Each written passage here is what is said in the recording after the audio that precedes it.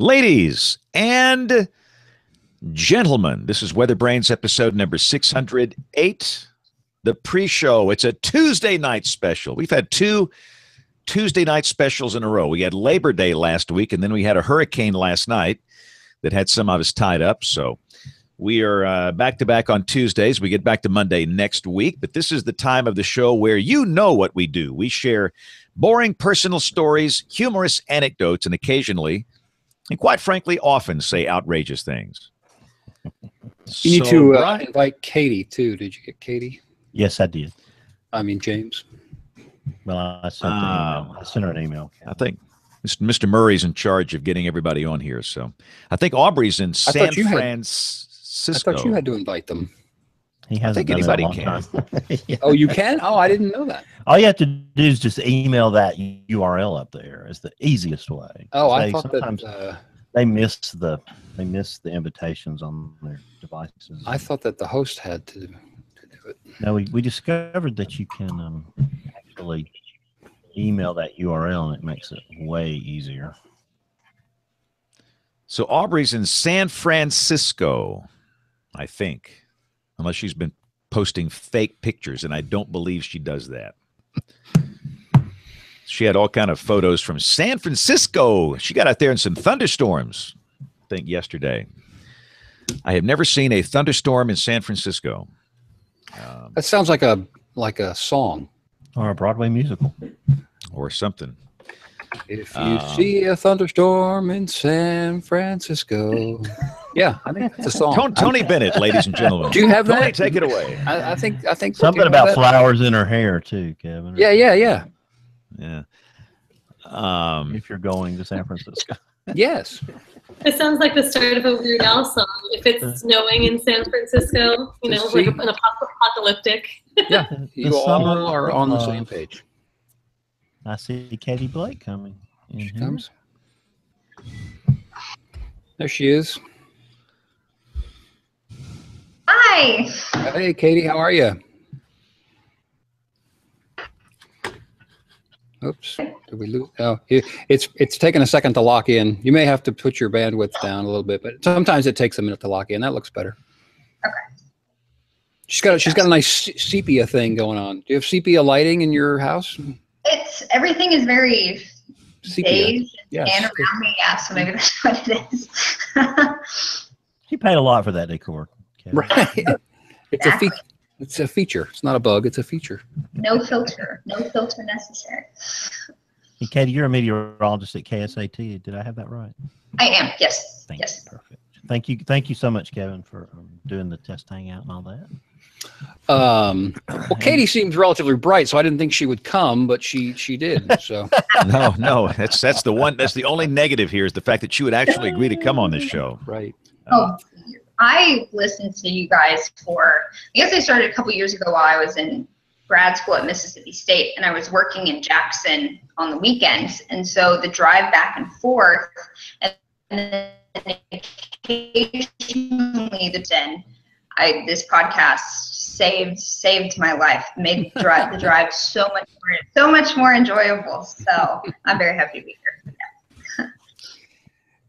It's almost killed me a couple of nights driving home. I listen to this show and I fall asleep. Yeah.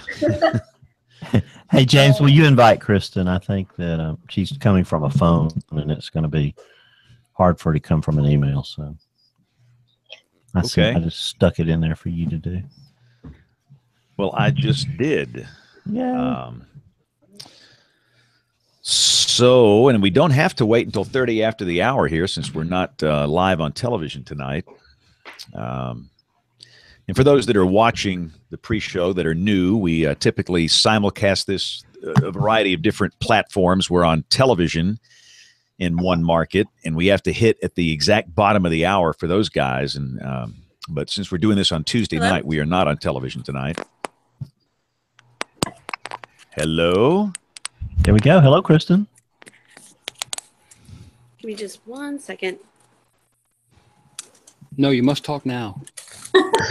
No, I'm sorry. We don't have a second.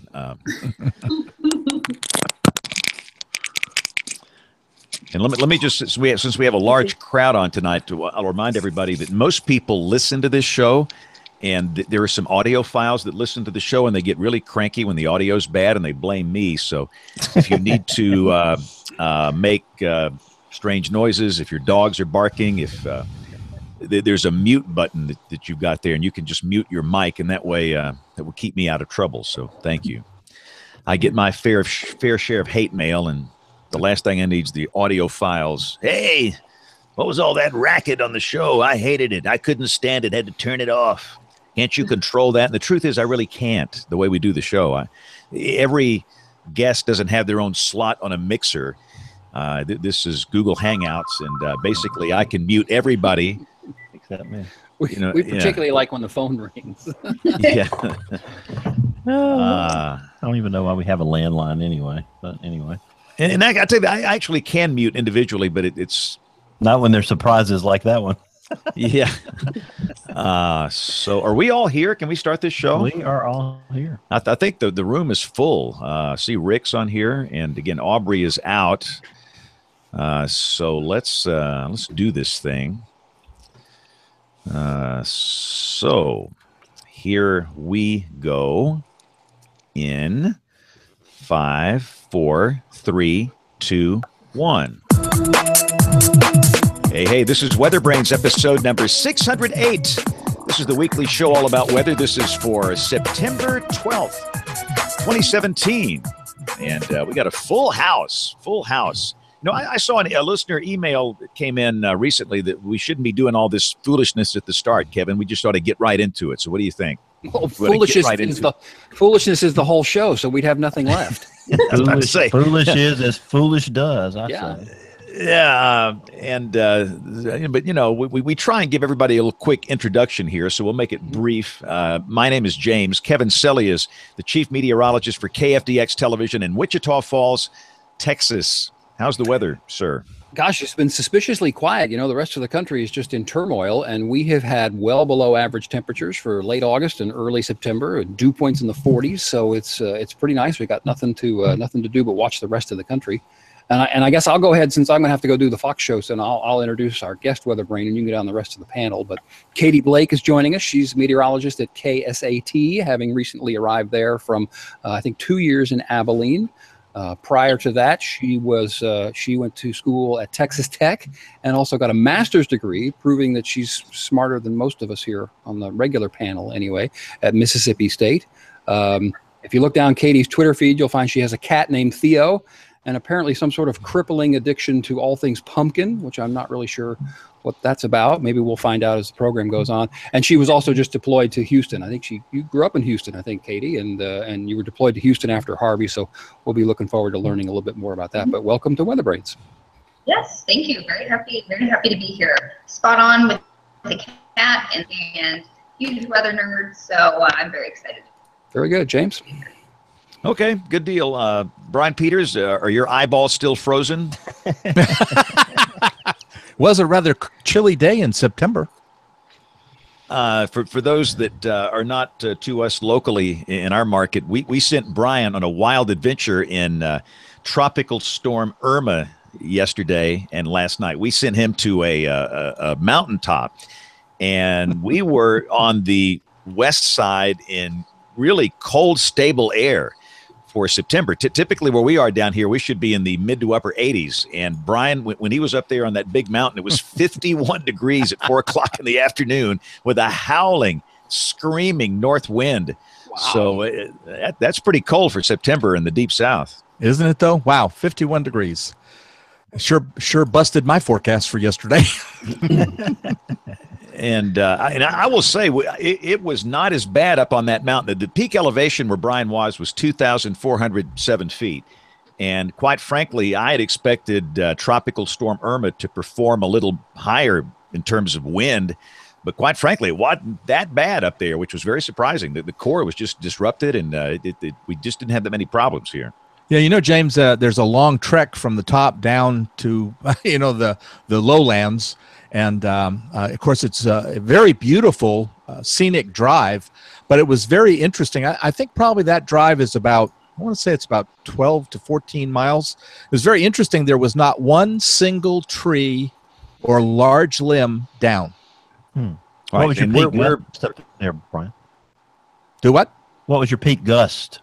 Oh, there's just no way. The peak gusts were at the tops of the trees. I estimated from what I was seeing that probably my gusts were around 60 miles an hour at its worst.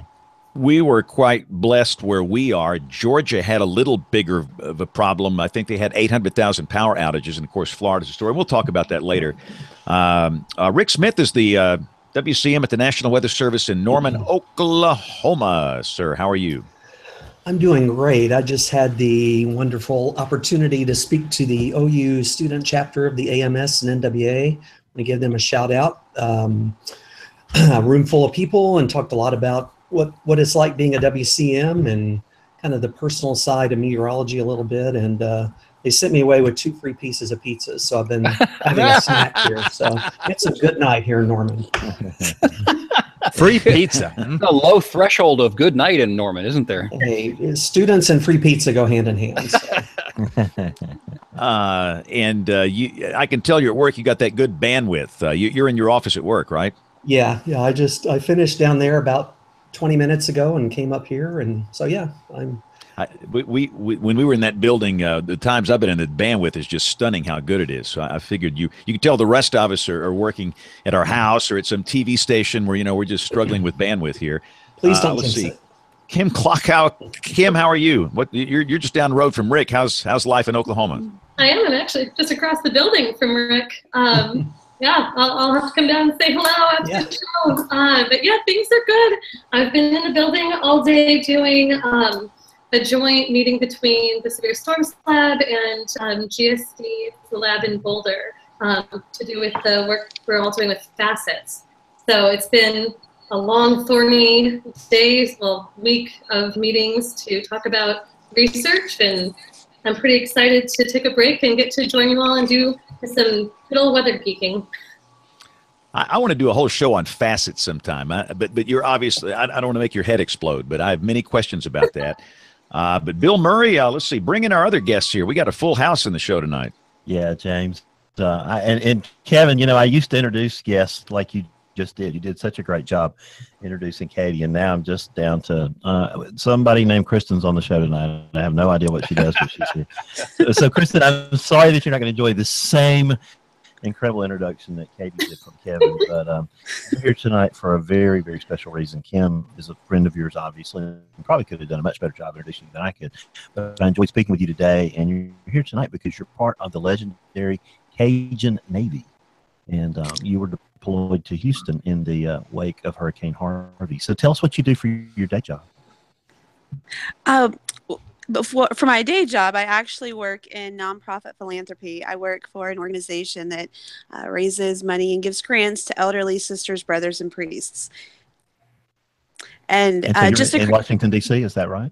In Washington, D.C., yes. And just a correction, I wasn't actually deployed to Houston. I've been assisting the Cajun Navy remotely from Washington, D.C. Oh, outstanding. Tell us a little history of the Cajun Navy, because it holds a lot of fascination for us here around the country. There's a couple of different Cajun Navy organizations. The one that I was assisting with is actually a registered a nonprofit organization, a 50C3, and they came about because there was issues with flooding in 2016 in Louisiana. And it was a group of individuals that had flat bottom boats and said, hey, let's help. Let's kind of go around and get these individuals that need some help, get them some help. And they continued to serve in that capacity even after those floods in 2016 were over. So are these folks, are they members of an organization, or are they just come and go as they can? How is it organized? Yeah, both and. They are professionally organized. They do some training in swiftwater rescue, but a lot of the individuals who have been assisting in with the flood issues in Texas had some very quick on the job type of training. It was just individuals that like-minded, wanted to help, assist, and do what they could to help. So your role has been what? You sort of started to explain it there, Kristen. Talk about how you're involved in what you've done. Well, it really just started with, I grew up in the Southeast Texas area and just started sharing information with some of my friends and family in that area.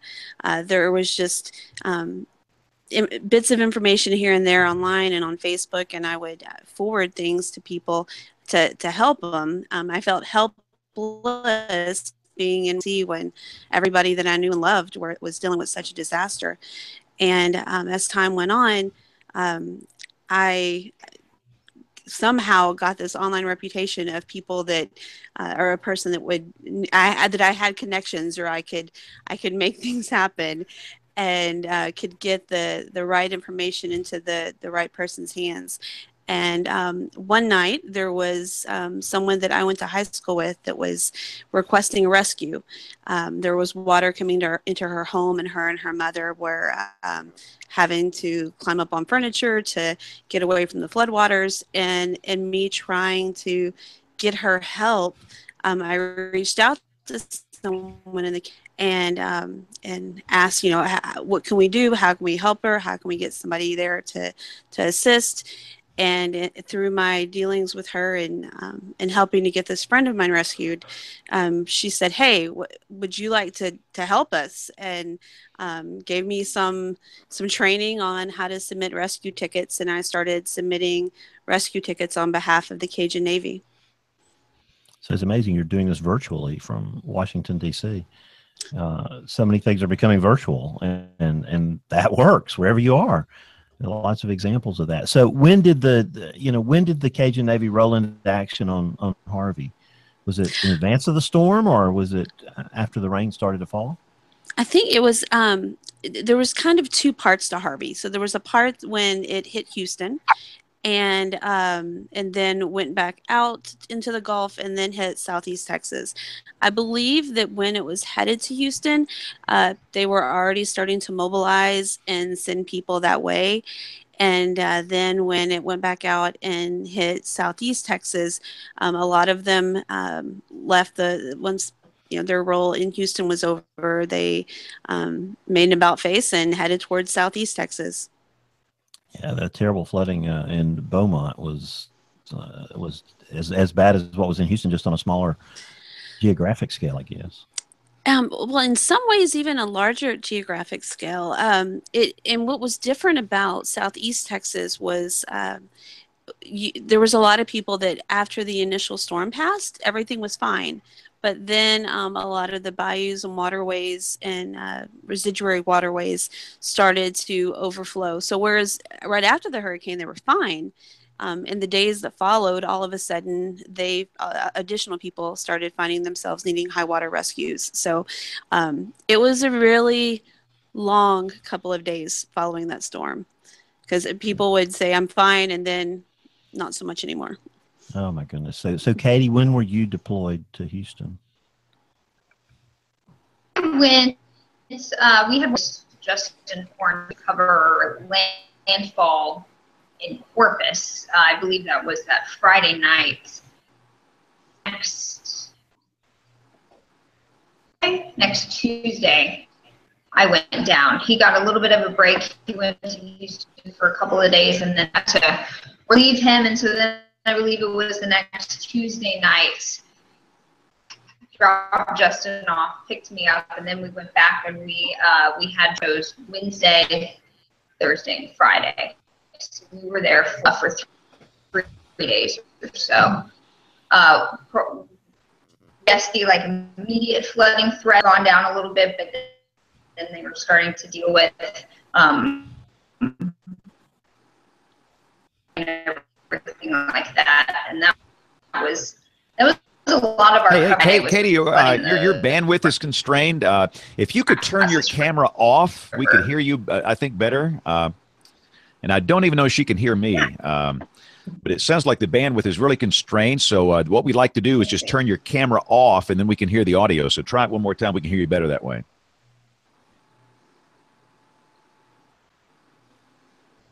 She turned this on. work better? I hope There we go. it's better. It was being a little. Yeah, we're still having some bandwidth issues. I'm so sorry. Again, we're getting syllables. It sounds like that. Okay. So I don't know. Maybe we could go to a phone. You think, Bill Murray? Maybe get her on Google Hangouts that way or something. Now she's got her camera turned off. Katie, talk to us. Is it better? No, I don't hear it at all.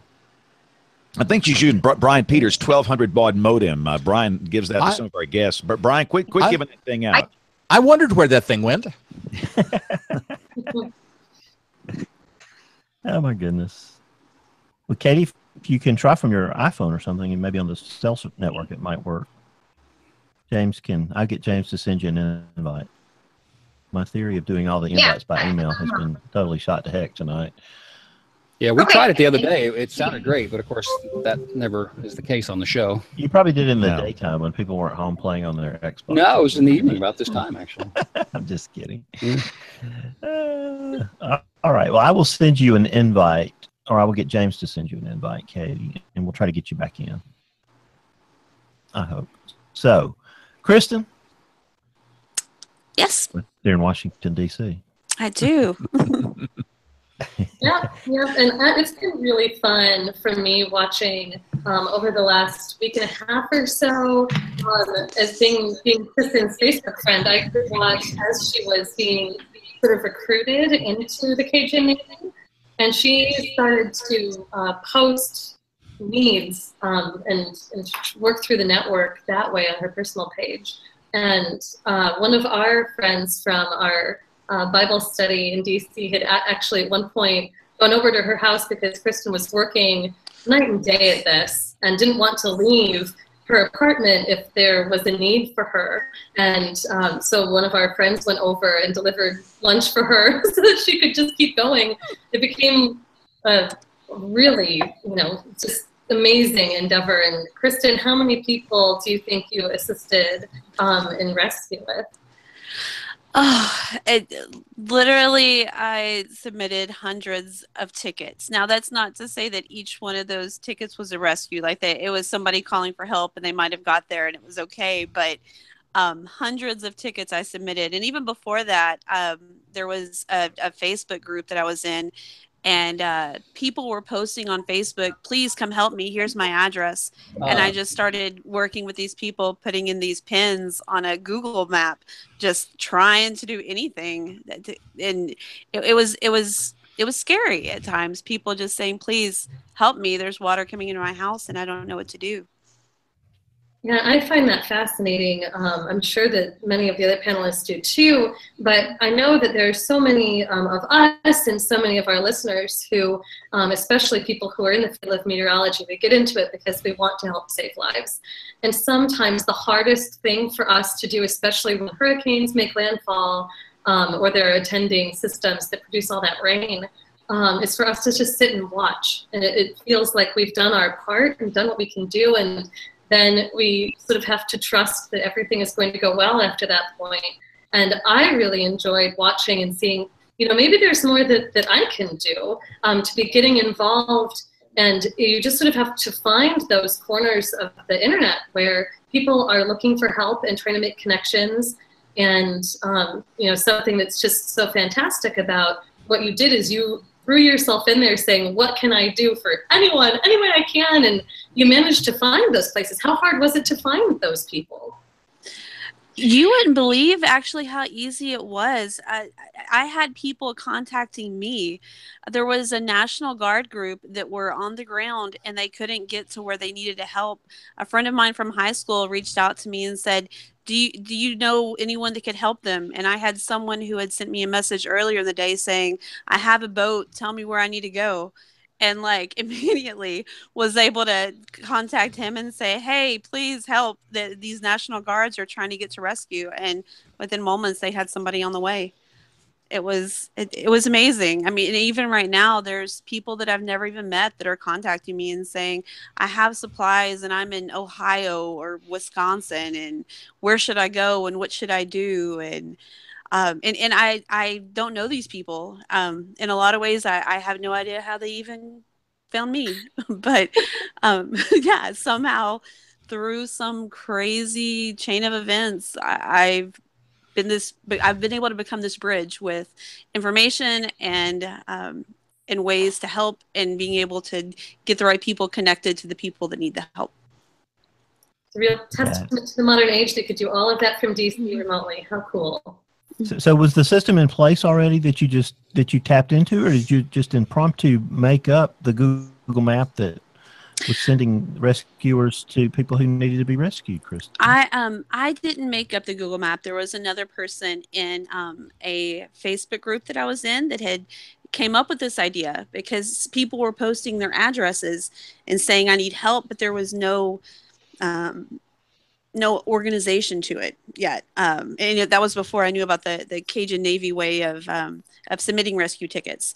So I started working with this group of collecting these addresses where they were being posted and dropping pins on this Google map that was then getting turned over to rescuers so that they could, and that was just regular people that had a flat bottom boat and were going out to do whatever they could to help. This seems like a very inspiring post-disaster story to me. It sort of took the edge off the horrific nature that it was, because there were so many heroic things and inspiring things being done. It seemed like a turnaround in the disaster process to me. It sort of seemed like there was hope, and I don't know if it really felt like that, Katie. Maybe that if you're back with us, maybe you can answer that. It seemed like that, was sort of like, Sully Sullenberger and the plane in the Hudson. When the financial crisis was so bad and everything was so terrible, here was this one glimmer of hope in America that made us all feel better. I don't think Katie can quite hear us or get back to us, but I don't know if any of the rest of the panel would like to comment on that.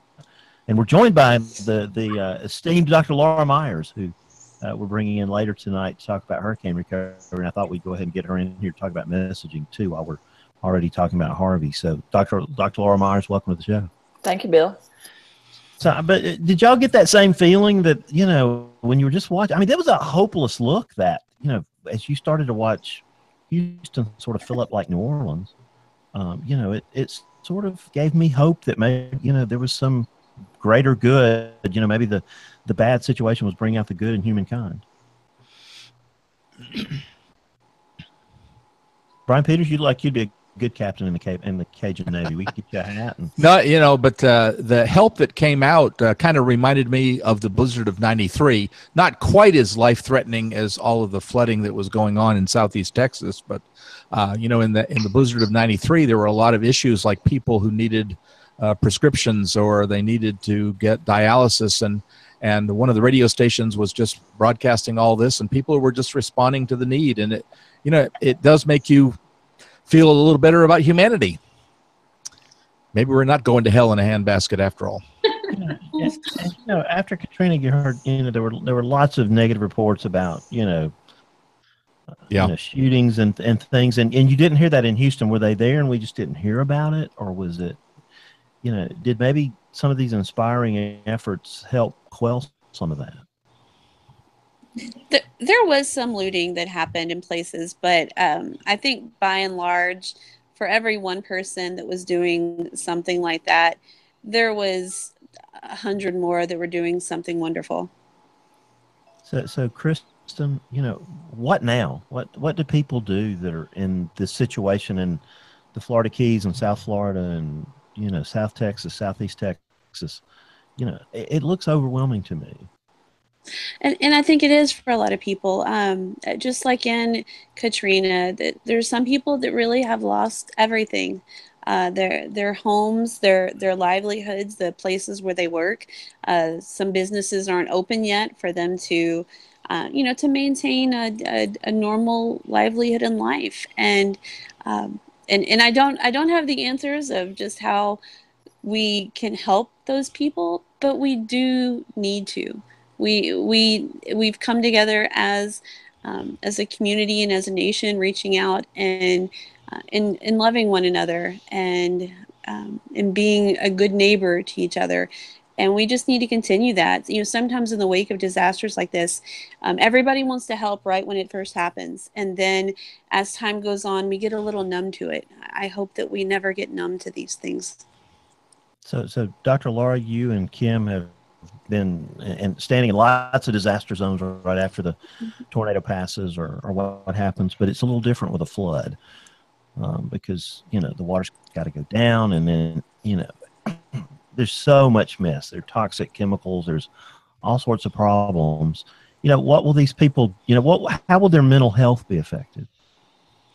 It's going to be pretty extreme because it's a long-term issue in regards to recovering from a flood event. They've got the onset of the flood and the impact on their homes and trying to figure out how they're going to recover their homes. They've got to find a place to live. They've got to get their kids back into school. And that's what really kind of sets off the anxiety and depression associated with something like that. And it's really just trying to figure out, where is the end of it all? When does it get better? How does it improve?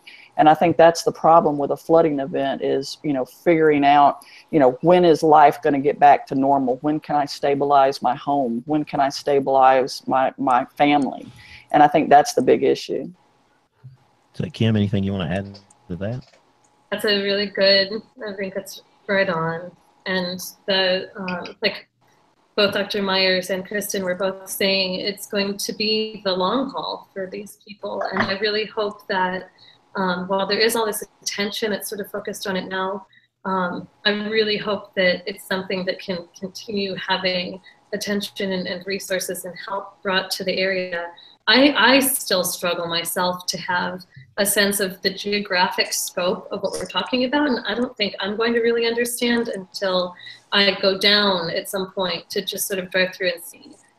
I didn't really have I had empathy from afar after the April 27th, 2011 tornado outbreak, but it wasn't until I went a couple weeks later to do my, my interview research that I really, really had that sense of what this was to people. And already by that point, I had seen, you know, people who felt so much heartwarming, you know, joy from all of the help that was coming in, and their faith in humanity was being restored, and their lives were sort of mending a little bit already. And I don't know with the amount of devastation, just the scale of a flood like this. These are entire communities. It's not that there's maybe a mile stretch and then the rest of the community can pour in and really be there. It's everybody's in need together. I've never experienced something quite this this massive, and I'm hoping that the communities can come together in that same way to help support each other, and that's something that would be very good for the mental health of everybody facing recovery, and that they can get that kind of external aid and people coming through. My worst fear is that they're going to feel forgotten, and that they're going to feel hopeless in needing to rebuild everything, their homes and their workplaces and the local infrastructure. I'm very hopeful that that won't be the case, but that's why we probably should, and one of the best things we can do is try to keep attention on recovery efforts. And maybe that's something we can try to do here is bring on people who are helping with recovery from time to time and just check in on the communities. I think I would dovetail something that Kim said too, that I think it's important for the broadcasters, because she said she's not going to understand, you know, fully until you drive down there and take a look, and not all of us can do that, obviously. But, you know, I just finally, a week or two ago, sat down and read What Stands in a Storm, which is an amazing book. But I came away, and I recommend it to everybody. In fact, it should be required reading in some meteorology course, because I came away going, you know, it's been some years now, but the drama of that and the reality of that is so big. And I think that we need to remember that as broadcasters, because, you know, a lot of times we see the hurricane coming or whatever it is, and, you know, we're weather geeks and we get excited about that, but there's such a human toll. And I think we all need to be reminded about that. Katie's back too. Now, you grew up in Houston, right? And I got to go do my Fox show, but it must be an extra level of interest / difficulty to say, well, gosh, I know that place, and I never thought it would flood there. And you can answer that, but I got to run to this show. Right. I hope it's working a little bit better. I changed my location. I don't have the sepia tone anymore. I have a Dallas Mavericks flag as my background, but I do a hotspot and changed. Hope it's working. Sounds good. Good now. Good. Okay, hotspot saved the day. Yes, it's crazy. I was trying to tell people, when say, national news goes to a place that has experienced these disasters like Harvey and like Irma, and Twitter of the devastation, and you don't necessarily have to have been in that place before and seen it with your own eyes to get a grasp of just how bad it is. But this goes for any place across the country. When you've been there, and particularly when you've grown up there and spent 18 years of your life there, and you know what things are supposed to look like and what is normal, and then you see pretty much the complete opposite of normal. I was at a loss for words several times. Our photog driving our storm chaser would be like, "Okay, Katie, where do we need to go?" And a couple of times I was like, "I just need a minute," because I just to grasp everything and to try to get my bearings. It was unreal. I grew up near the Brazos River, specifically in Burbank County. And I remember as a child, Mexican restaurants, we had to cross the river from our house to get there. And there were a lot of houses kind of, closer to the riverbanks. And I say, live there.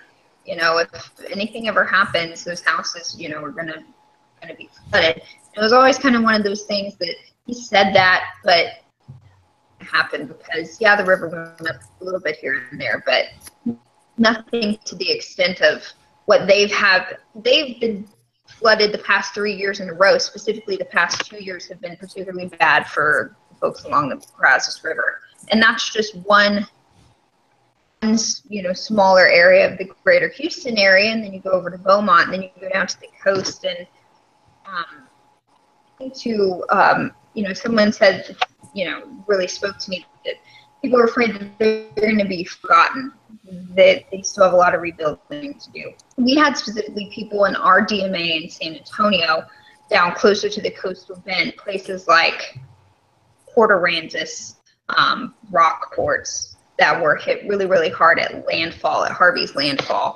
And so when they sent us to Houston, of course, we kind of knew why we were being sent to Houston, but there was a lot of social media, and we even got a lot of emails about, I understand why you're in Houston, but what about, our smaller coastal communities and stuff like that. So myself and my photog, one of our web folks, Adrian, we kind of took it upon ourselves to try to go down closer to the coast a little bit more. But it just kind of in both directions. I wanted to go down to those smaller coastal communities that weren't getting as much coverage. So much devastation in Houston as well. It was very conflicting because you want to tell everybody's story and do everything. So I think that is what I kind of took away from it, is that everybody was affected. Well, that's the sad thing, Katie. They're now 3 news cycles back. Right. And now we're not talking about them anymore. So I think that's at least something for us here in San Antonio. Our station, I was off today, but I was pouring through some emails, and Rockport still keeps coming up. There's still stories there that we want to try to tell. So I think that'll be a goal over the next, several months, not even just weeks, but several months. Something we'll try. It's going to be a long process. And I was proud of 60 Minutes last night for carrying a story about the Rockport football team. I don't know if you had a chance to see it, but they were talking about the football players. Of course, the school's closed indefinitely. And so, the coach was at the school one day helping clean up, and, the football players just showed up for practice like it was a normal day.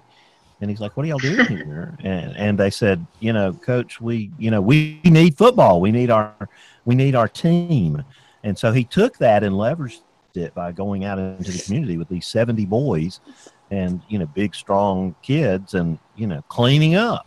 And so that was just another heartwarming set of stories, there where you saw these big burly kids out there, you know, carrying brush and moving away debris. And, you know, the homeowners were just standing there with their tears in their eyes, you know, praying with them out in the yard because it was really an incredible situation. Did you have any other stories like that you saw in Houston when you were there, Kay?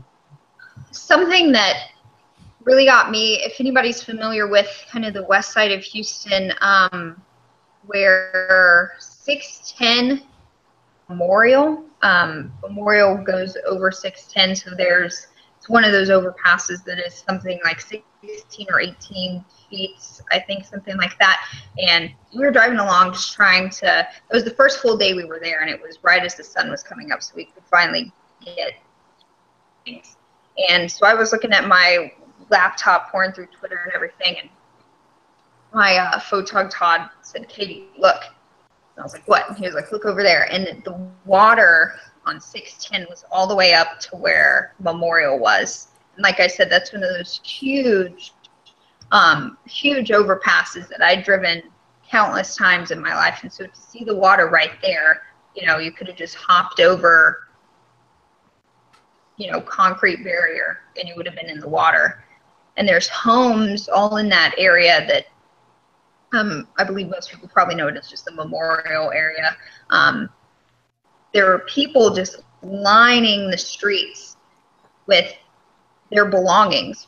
You know, folks had maybe a couple of suitcases, dogs, their cats. I remember what I will never forget is looking at this one family, and this child had their hands, and they were just all kind of standing there with, I'm sure, the only things that they could grab out of their homes. And then you looked down the streets to where all the houses were, and just, I mean, water just as far as you could see. So they'd all tried to come out to where they could stand on some dry, solid ground.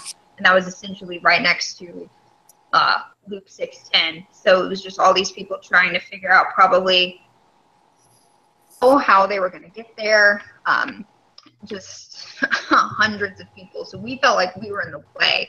So we left and got out of there. But that was something that will always stick with me. This is two little bunnies under his arms. And I wanted to stop and we have to do something, but realistically, we would have just been in the way more than anything else. So that was tough.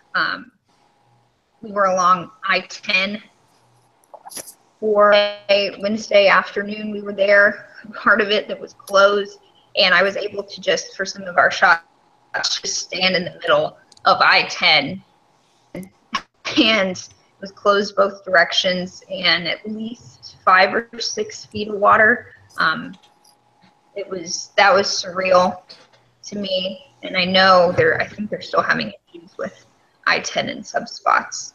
And then after that is when we kind of went down closer to some of the communities along the Brazos River. That's mainly where we were. We were also out in Wharton. There was no way to get into the Buc-ee's in Wharton, which was crazy for me because myself and my siblings would play sports and we would always go through Wharton and we would stop at this Buc-ee's, and there was no way to get to the Buc-ee's except by boat. If you know anything about Buc-ee's, especially for Texans, it's a big deal. You need to be able to get to your Buc-ee's and see it complete. I mean, water was up to the doors. I don't think it ever got in the building. That was pretty surreal. But really, if I would have to say the hardest thing to do was to go down in portions of Brazoria County where the Brazos was starting to flood in, but it hadn't quite got to the worst point yet. Because those people, a lot of them had the waters from the rain, flood waters from the rain. And I will never forget one woman said, "This isn't the water from the river." She was like, "We'll know when the water from the river gets here because it's going to turn this reddish clay color and it's all going to become very murky." She said, "This is all clear water, so this is just rain." She said, we still have several more feet of the river water to go, and that's going to be over the next. And they were already out of their house. They already couldn't get to their homes. So that was kind of, wow, this is still very much happening for these people even after the storm itself had gone. So that was that was pretty surreal. So Katie, Kim asked the question, it's hard to comprehend the geographic scope. Put it in perspective for us, how much of Houston, had homes underwater, what percentage, what square mile area, how many homes, any number that can help us put it in perspective. I would say, and we had a hard time getting around, just because so many things were closed. We had a really hard time getting around, and like I said, we didn't really want to get in the way. But during one of my shots, one of our meteorologists back here asked that same question, and he said, "How many are okay? How many, what percentage of homes are okay?" And I said, probably, about 70-75% from what I can gauge. And at first glance, driving through, when you get into the west side along Katy, things look fine. Power, folks had power, businesses had power, and everything like that. But what's unique about Houston, of course, why they call it the Bayou City, is because the bayous, kind of run right through the heart of town, in some very densely populated areas. So you really have to get into the heart of Harris County to, I think, see where most of the flooding occurred. And we didn't get there because we just simply couldn't. They wouldn't let us, even though my tried to sweet talk everybody that he could. He was a little more successful further out, down closer to the coast. But I would say probably, of homes, were fine, but it was where it wasn't fine, catastrophic. Where homes were impacted, it was, you're just going to have to gut their homes completely. And then I would say that's just in the Houston area. If you go a little bit further out, those communities along that were affected by the river, I mean, that's going to be total loss down the communities that kind of hug the Brazos River and the Colorado River as well. So it was a little deceiving. Even when we first got there, I thought, it's not, this isn't too bad. But we were in some, it was not quite as dense, a little bit more spread out. But once we got out of Houston, closer to some of the bayous, it was, we saw a lot more high water. And I think neighborhoods like what we saw near Memorial and 610, there were a lot more like that we didn't get our eyes on, how Houston is laid out. It was, but like I said, those who were okay, were just fine and could carry on with their daily lives and activities, in 2 more days or so. But those that were really impacted, it was catastrophic, and they're going to have to start all over for the most part. So Katie, those people that are having to start over, what percentage of them do you think have the resources or insurance or whatever, and how will they, how will they get through? Yeah, you wonder about that. I think we just, or at least I just assume that everybody has flood insurance, which even just watching a little bit of coverage, there's a lot of folks that say, I don't know what I'm going to do because I don't have flood insurance, even though they live in areas that you think, okay, that's a no-brainer. You got to have flood insurance there. Obviously, those that are closer, either those that live in maybe Harris County, Houston proper, taken care of first to kind of get the city back up and running as best they can. And that also speaks to some of the smaller communities that, they may not get help for a couple of weeks. I'm not sure exactly how they prioritize that stuff. I know they've been trying to hit it as hard as they can.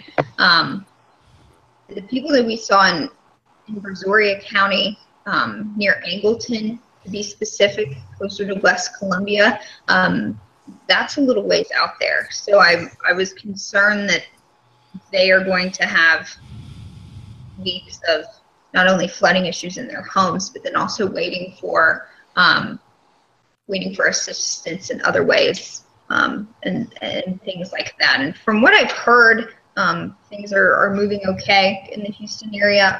I was fortunate in that my family, I have of H, so he lives near the medical center, and then my parents were out in Fort Bend County, and they were all okay.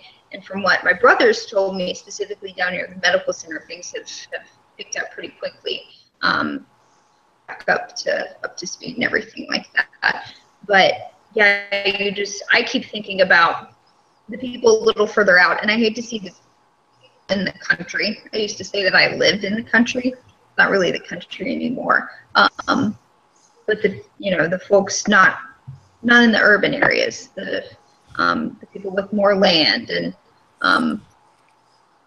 more property to take care of and stuff like that. I think it's just going to be certainly months before a sense of normalcy is back for them. Well, it has to be overwhelming, because I saw people on 60 Minutes last night that they were showing this, haven't seen a bit of aid, and this was obviously in the middle of an urbanized area of Houston, so it has to be overwhelming for the officials, and it has to be overwhelming for the homeowners. So Kim, we've talked about the National Flood Insurance Program a few weeks ago. The reauthorization of it is now at our doorstep. What are your thoughts on it, given another couple of major disasters that are going to hit it hard? Yeah, and let me tell you, one of the difficult points of the flood insurance program has been what to do with what are called severe repetitive loss properties. These are homes and businesses that have incurred flood damage repeatedly, and that's so the repetitive, and then severe is having some large proportion, I think 50% of the home and perhaps also its assets is a severe loss. So majority, a very large chunk of those properties are in Houston. So this is happening at a time that is extremely more reauthorization. The program's authorization lapses at the end of this month. And if it lapses, that means that the Treasury does not have the authority to pay out any of the insurance claims. It literally stops the works to get something. And from what I understand, Congress has had some conversation about what to do. There have been a lot of proposals put forward. If you Google, if you look at congress.gov and look for flood insurance, you'll see several proposals have been put forward. Very different, strikingly different visions, and I don't think that there are any consensus visions just yet. So I know that Congress has a lot on their plate right now going into the end of the fiscal year and the end of this legislative session. So we're going to have to, this one might be a nail biter. Some folks are thinking that they might do as a stopgap, very short-term reauthorization. And this is a strategy that was also done when this came up for reauthorization years ago. After Katrina, this program was really on the rocks, and nobody wanted to do what was necessary to get it on solid financial footing. And they had these short-term extensions, sometimes for as much or as little as a day or two. And oh man, did the people in the banking committee hate that, because they had to process continually all this paperwork, and it was taking months for people to get their insurance payouts. It was horribly painful. So I think that is, if you see that happening, that there's some sort of short-term extension, that to me indicates that this program is in perhaps a little bit of trouble. If it's maybe a month and they come back around to it next month in October, that would be okay. I just hope that this doesn't fall on that succession of not getting reauthorized, and that some real solution comes up here. But with the Houston problem being part of this, that is quite the challenge. The only silver lining I can see is that Congress has had a great deal of appetite for getting relief funding, and they have done a lot to replenish the disaster relief funds of FEMA, which have been depleted both from these floods and also from the wildfires plaguing the West. And the Department of Interior is also part of that, and their funds, I know, were running low. And so there's these disasters really stretch our response infrastructure. And I think it's news we should all be watching for, to see that we have this robust support going forward. The silver lining, again, being that our president and Congress both seem very in tandem with wanting to do something helpful by people. And we're just, with the flood insurance program, the big thing here is going to be, are we going to continue to finance and subsidize some of these properties that have severe repetitive loss when they're in the midst of rebuilding? This could be a terrific opportunity to offer mitigation programs and mitigation grants if a lot of these places are going to be starting from scratch. So those are the things that I'm going to be looking for in the next couple Katie, weeks. how does people in Houston feel about hearing the word mitigation? One more time. So, Katie, what Kim just referred to is, that they might move some people out of areas that are traditionally being flooded over and over. How do Houstonians feel about that? I talked to a lady about this the last day we were there, and this was not in Houston proper. This was out in Fort Bend County near the Brazos, and it may be a little bit different for flooding. I'm not sure of the specifics, but her name was Karen, and she said this is the year in a row that we've been flooded down here. They live right next to the banks of the Brazos River, and in a row, she said, we thought last year was the worst that it could ever be, and then this happened, and this is the worst it's ever been, and let us get back into our homes, because though the water's only halfway up our doorstep, she said, but further down, completely underwater for the second year. And she said last year, they told them they needed to start to rebuild 6 feet higher. That didn't happen, and then this has happened again. So she said, I wouldn't be surprised if the people that live a little bit further down don't get to rebuild at all. So I think it's a reality now, especially if this has happened for those people for the second year really in a row. The reality, I think it's a reality are facing. Of course, none of them want to give up their homes. And she said, these are all working people. These are all people that live paycheck to paycheck. And so how can you tell them that they can't come back to their home and at least try to do what they can? So I think it's at least something that a lot of them are thinking about. May not be happy about it, but it's certainly on their minds for sure. So Katie, a lot of pundits have commented that the lack of zoning regulation in Houston and uncontrolled urban sprawl may have really contributed to these recent disasters. How do Houstonians feel about that? That's really interesting. I think what's interesting about Houston, of course, everybody says it's a big melting pot. People come from all over the place to live there, and that's what makes it unique.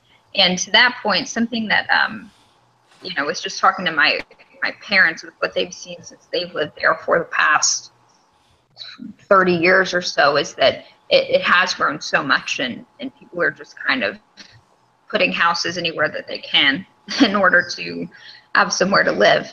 And I think, it hasn't been an issue until now. It was just kind of, let's get all these houses down. I mean, I've seen so many subdivisions go up in the past even 5 years or so, even since I've, not been living at home, since I've been in school, just subdivision after subdivision. And so I think, while of course there's, okay, well, now we know that this is, this could happen again. Unfortunately, with as related as Houston is, and with as much as it's growing and will continue to grow, I think it's going to be really hard to try, to get zoning regulations in there, because, it's just, how do you amount of people there? So of course it needs to be done, but with as much as it's grown, now it's kind of, what is it that Kevin says, the horse is out of the barn? I know that's in regards to something else. It's in regards to something else. He does like that phrase. So has it grown too much? Are all these disasters going to hurt Houston in terms of corporate business moving there? Is the boom going to slow down because of these last several years of disasters, Katie?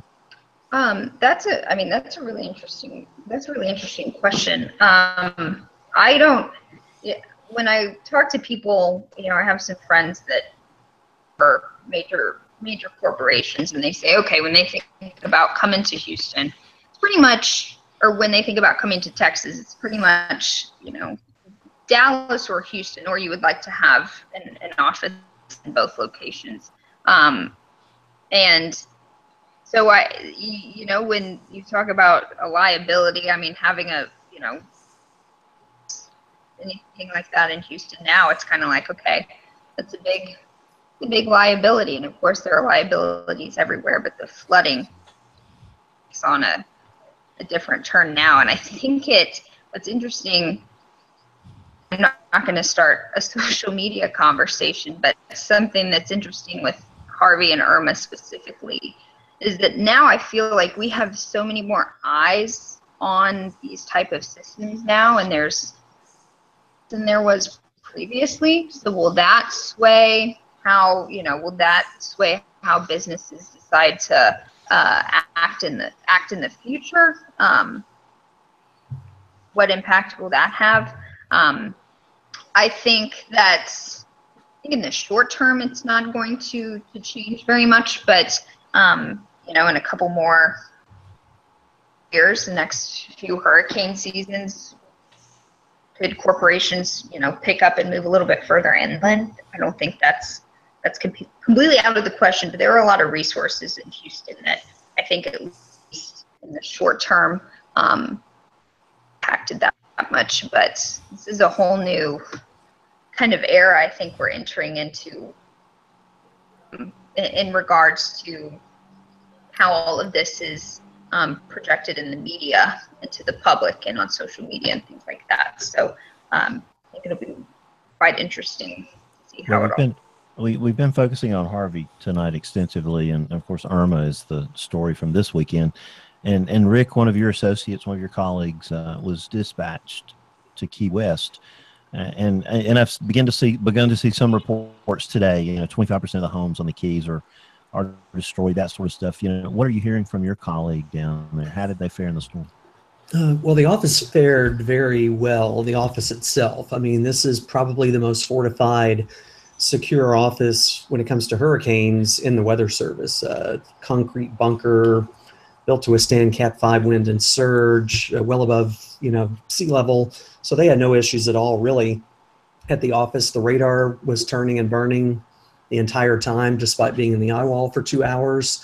The staff there is doing good. The staff is just now starting to get out and get information about their homes, which I haven't really known about. And there's probably 5 or 6 people in the office whose homes have significant damage, and some others in the office whose homes are damaged in a little bit more minor damage. So the Weather Service did send 3 employees from different offices, from Corpus Christi, from Lubbock, and from Norman, there well before the hurricane to help supplement their staffing. So Jonathan Kurtz is our guy, and I've been telling everybody it feels like my son is down there, because we sent Jonathan to Key West, and you're watching this, and it's just been nerve-wracking for me. I know they're safe. I know they're in very good shape, but staff is doing good. But Jonathan gets to come home Thursday, hopefully, and he'll get to come home and mow his yard and do all that stuff. The people there in the office that are still there, who live there, it's really heartbreaking, because they're just getting started on a long road of recovery, and they don't really even know yet how bad their homes are, I don't think, because they've been kind of locked in the office since the tropical storm force wind started. Well, we're glad that he made it okay, and we figured from what you told us that they probably would be all right, but the long road is just beginning. I can't wait to hear his stories. We've chatted on the phone a couple of times the past 2 days, and evidently they have one of the only working phones in the entire city or that entire area. The Emergency Operations Center is actually coming over and using their phone.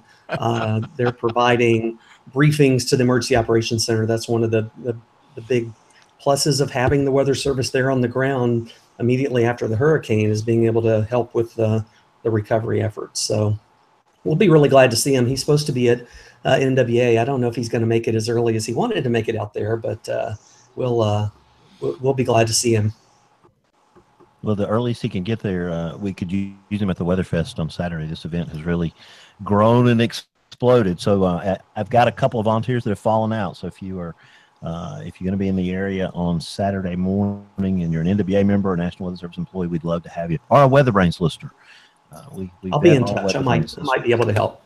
That would be huge. So Katie, talk for just a quick second because we've got Dr. Laura Myers on here. Of course, Kim's an expert.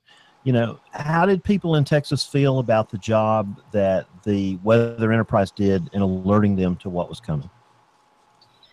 Right. I can speak, of course, really well, specifically to my market here in San Antonio. And we were under the gun there for a little bit. We knew we were going to be impacted in some way. It was just determining, and we tried to stress this a lot, the big change and impacts over a small area. And so we tried to brace our viewers, especially those between San Antonio and Houston, for the bigger impacts, which actually is how that played out. Our folks on the coastal bend got hit pretty hard. But from the feedback we've gotten, I think a lot of people were very pleased with our coverage. We started going continuous coverage starting 10 p.m. Friday night, which was right around the time of landfall, and went continuously overnight, all day on Saturday, I believe, and then we few hours, and then picked continuous coverage back up for I think 3 or 4 hours when things started to deteriorate a lot in Houston, and we got really good feedback on that.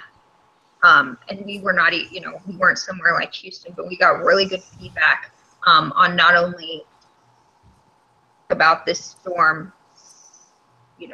5-6 days in advance, but then giving people continuous coverage options on air, online, devices back on there. People loved that they could watch anytime and get constant updates on what was going on.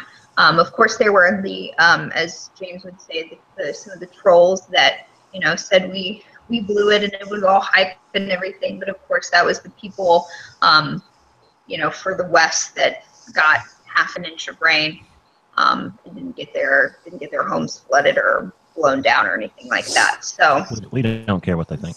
Right. There are some of those people, but I was very,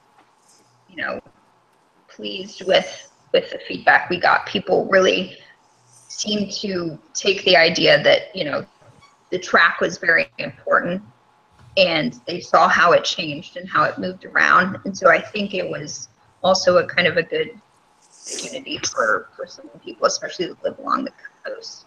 And since it's been so long since Texas has been impacted like this, I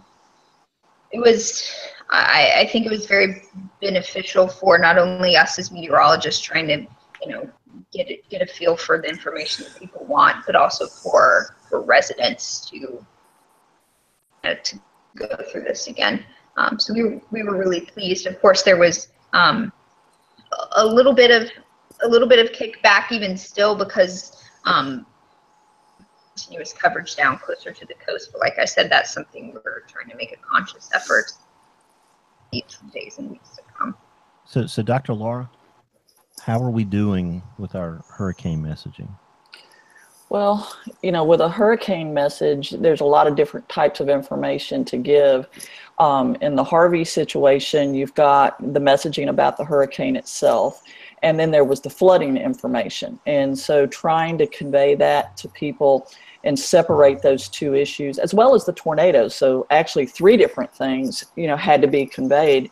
Was the tornadoes that were occurring, the flooding that was occurring, and then the hurricane impacts. And I think the hurricane messaging worked really well. People understood it. They understood location. They understood timing. They understood, the strength of it and what it could do. And I've talked to the folks in Corpus Christi about the messaging and what people did. And, they feel like it worked really well. But the flooding and the tornado parts were the more difficult things to convey. tornadoes that spring from hurricanes, tropical tornadoes, are very different for people. And Houston is not very familiar with those kind of tornadoes, as are we in Alabama. We had to deal with some of those tornadoes last week ourselves. And, you know, that's hard to message. How do you message about those kind of tornadoes and get people prepared for that? But I think the bigger issue was the flooding messaging. How do you convey to people just how much water there's going to be, and how do you get them to perceive what that's going to mean?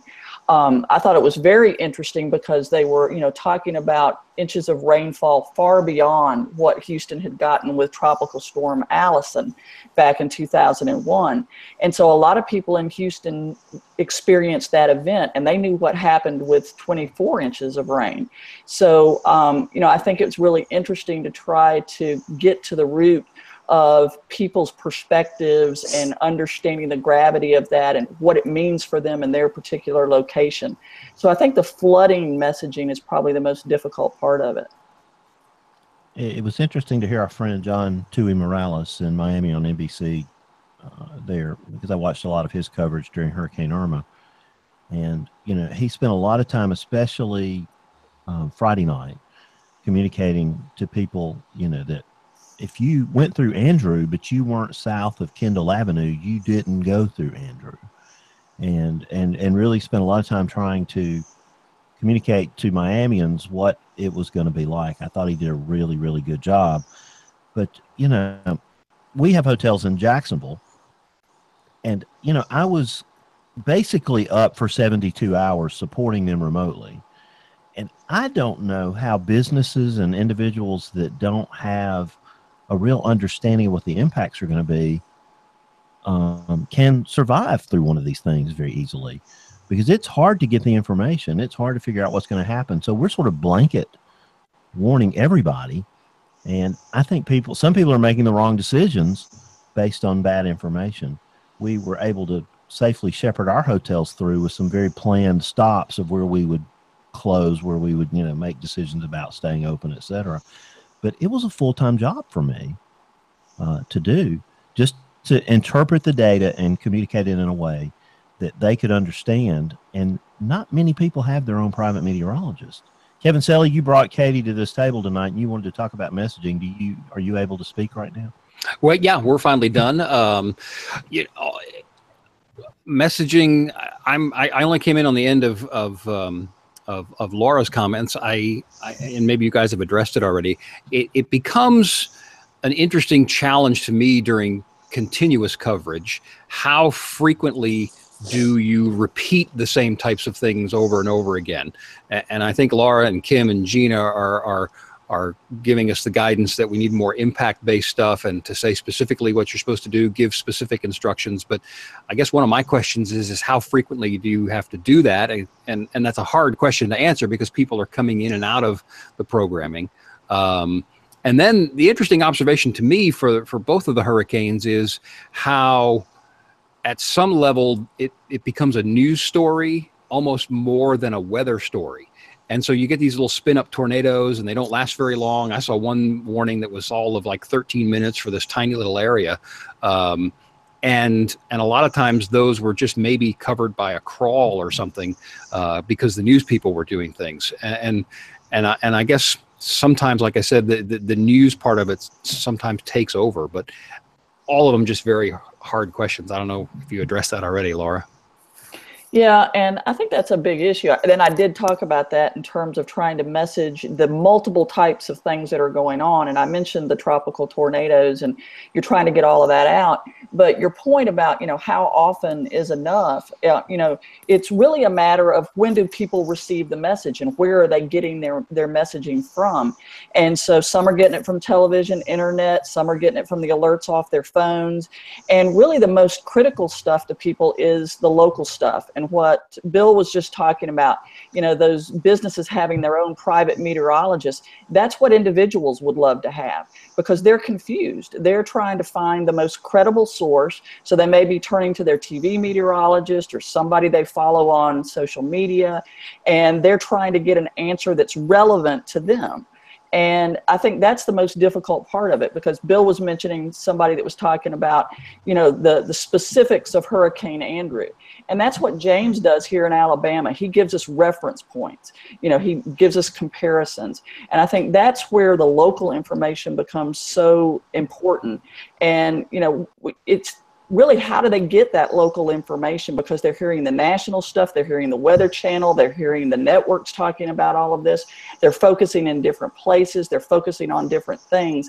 And I think that's the biggest issue, is how do they make sure they're getting the most local information they can? Yeah, and what I think I'm trying to do, especially in severe weather coverage here, is a phrase I stole from Kim, and that is heading for me. And I've kind of tattooed it on the inside of my eyelids so I see it a lot. But what I'm trying to do is to look and say, okay, where is something bad? Where is it now? Well, for the most part, those people that are under it probably know that.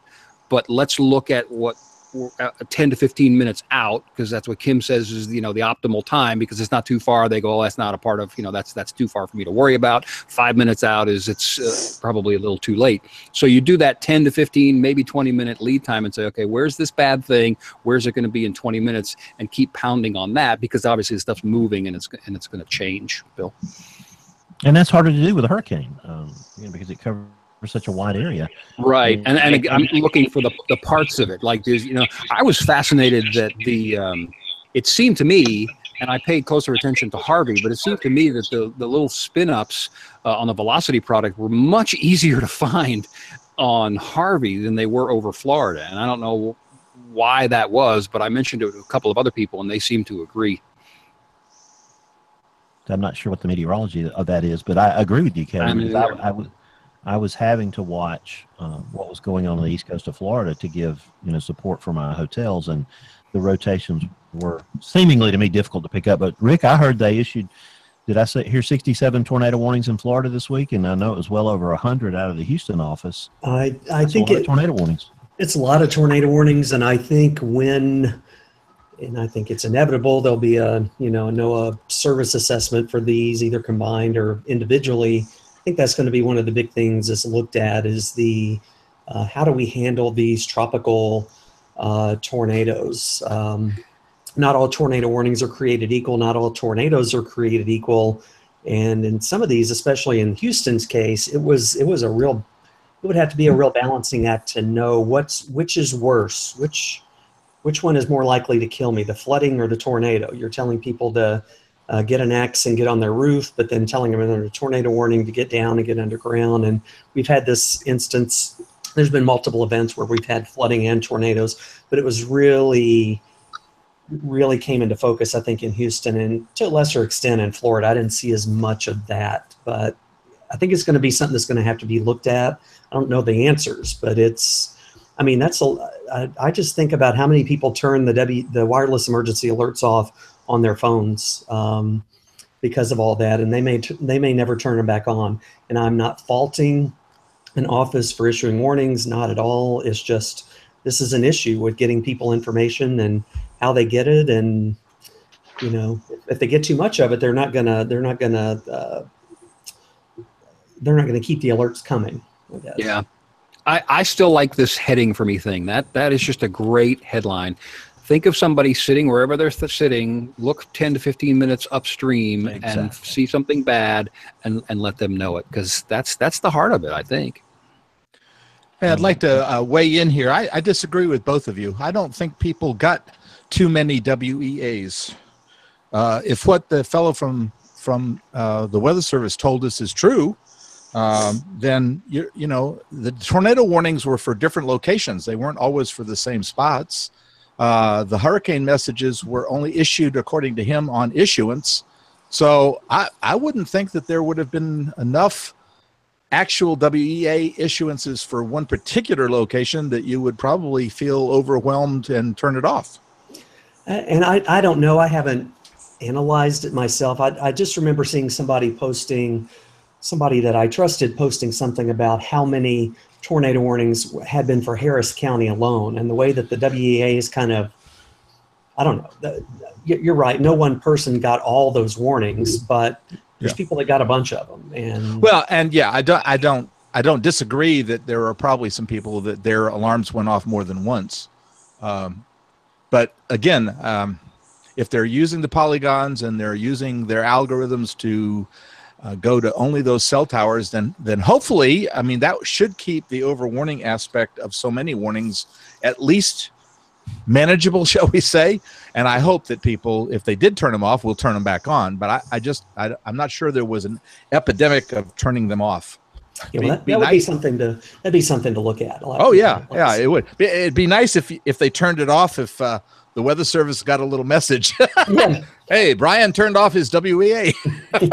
you have. Boy, people would love that. Unsubscribed. Oh yeah. I like it, Bill. You're unsubscribed. So, yeah, the federal government's watching you, and we know that you turn something off. That'll go over great. Oh, that'll go over great. Yeah. Oh boy. Yeah. Here come the chemtrail people. I want to say that though, I mean, I was very pleased with what the fellow. I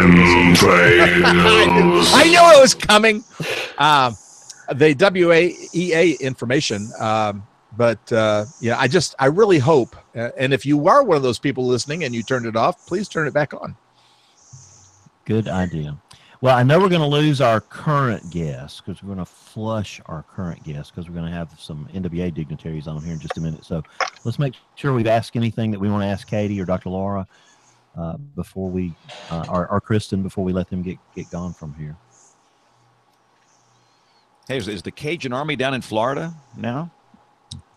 The Cajun Navy, yeah, they have had. Or Navy, I'm sorry. I said Army. Yeah. I fouled it up. I botched it. The hate mail will be coming in. Yeah, that's 1-800-BrianPeters.com. and they're actually even still in Houston, still in Rockport, still in the Beaumont area. Not so much doing the high water rescues right now, but helping with supply distribution and helping people get the things that they need right now.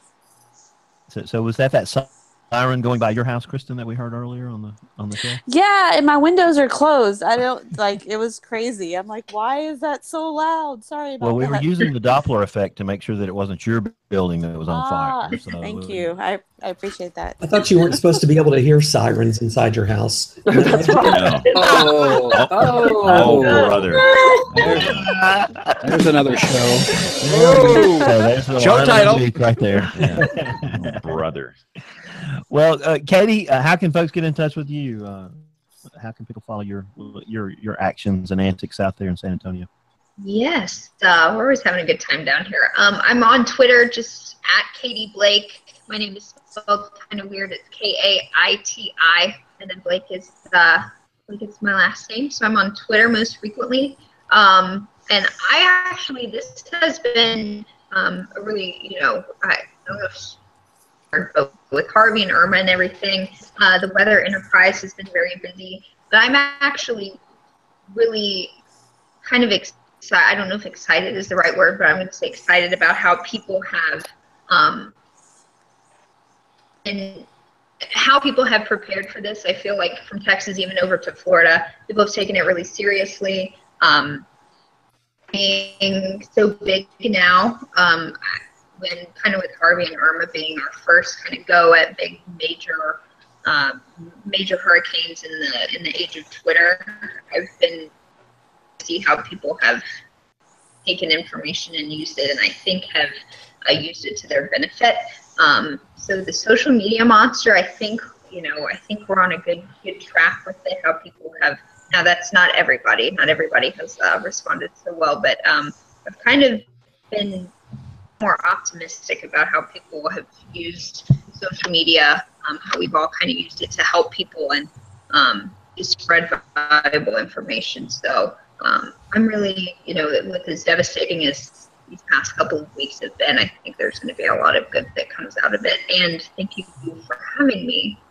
Well, you were awesome. Thank you for joining us. And I think you're right, Katie. Maybe it's a turning point. We need a turning point. I'm going to say with that social media comment, she's not invited back. She's banned. She'll never be back on this show if Kevin has his way. I made my one stance. I planted my flag. And now I'm gone. There we go. Dr. Laura, you're gonna be at NWA next week. I'll be there. And you're going to be doing some important work there. Talk about your pick of the week. Hey, Bill, time out. Before we do that, what we need to roll the recorded segments, and I've got to get dressed for television. Well, I'll invite our other guests. So let's get Dr. Larson. Kristen, thank you so much for joining us tonight. How can anybody get in touch with you if they need to? Facebook. Kristen Facebook. Wise. Okay. Yeah, just search me there. Excellent. So, Dr. Larson, you're going to be questioning us out there, modalities and warning stuff, and also, so go by the exhibit area at NWA, right? That's right. Come talk to me. I want to hear your perspective on the warning modalities and how we can improve them to make sure the right information is getting to the public. We got a $500 offer for the one WeatherBrains panelist that wants to eject, because I think we're going to have 4 people coming in and 3 seats for them to sit in. So we're offering $500. I got a show to do, so I'll see you guys. Thanks. Kevin, thank you for setting everything up tonight. James, roll it. Okay, thanks, Katie, and thanks, Kristen. We will be right back with much more as WeatherBrains rolls along. WeatherBrains 101 with Professor Peters. Sometimes it is worthwhile to repeat a 101 episode from the past, and this seems like a good time to once again review the meaning of landfall or landfalling. This usually entails a quick consultation with Merriam-Webster. In so doing, you will find that the landfall has 3 definitions. 1, a sighting of land after a voyage or flight. 2, a reaching of land as by a traveler, craft, or storm. And 3, the land first sighted on a voyage or flight. Number 2 is the one which describes the use of the term landfall in meteorology, but with some strings attached. But I think the definition of landfall found on the National Hurricane Center website is the best. The intersection of the surface center of a tropical cyclone with a coastline. As meteorologists, we need to know when something starts or when it ends. So we can do things like determine when on average certain things start or how long on average they last. So there has to be an agreed upon point in time when a hurricane starts to exist, as in when the wind reaches a certain strength and the cyclonic storm reaches a certain degree of organization. There is also an agreed upon point at which the hurricane hits land, also known as landfall. Since the eye is the heart of the storm, around which nearly all other measurements are referenced, landfall is when the eye of the hurricane, the surface center, usually visible on satellite views, on radar, as well as on the ground, crosses the shoreline. That is the arbitrarily decided upon moment when scientists say the hurricane is at a certain point in its life cycle. Landfall does not mean that a hurricane hits land, or arrives, or becomes a problem, or starts to do damage. For many, many years, hurricane forecasters have tried to underscore the importance of the fact that a hurricane is not a point. The impact of a hurricane begins hours before landfall. Outer bands that brought the beginnings of flooding rain come way before the eye crosses the coastline. The occasional tornado spun off by a hurricane may have already done in a neighborhood hours before actual landfall. The highly damaging wind begins long before landfall. The storm surge may have even started to chew up the coast before the eye wall crosses the shoreline. It is actually possible for a hurricane to totally mess up a coastal region, as Matthew did to Florida in 2016, without the eye ever crossing the coastline. No landfall, but big, big problems. Landfall is not the arrival of the tremendous impacts associated with a hurricane.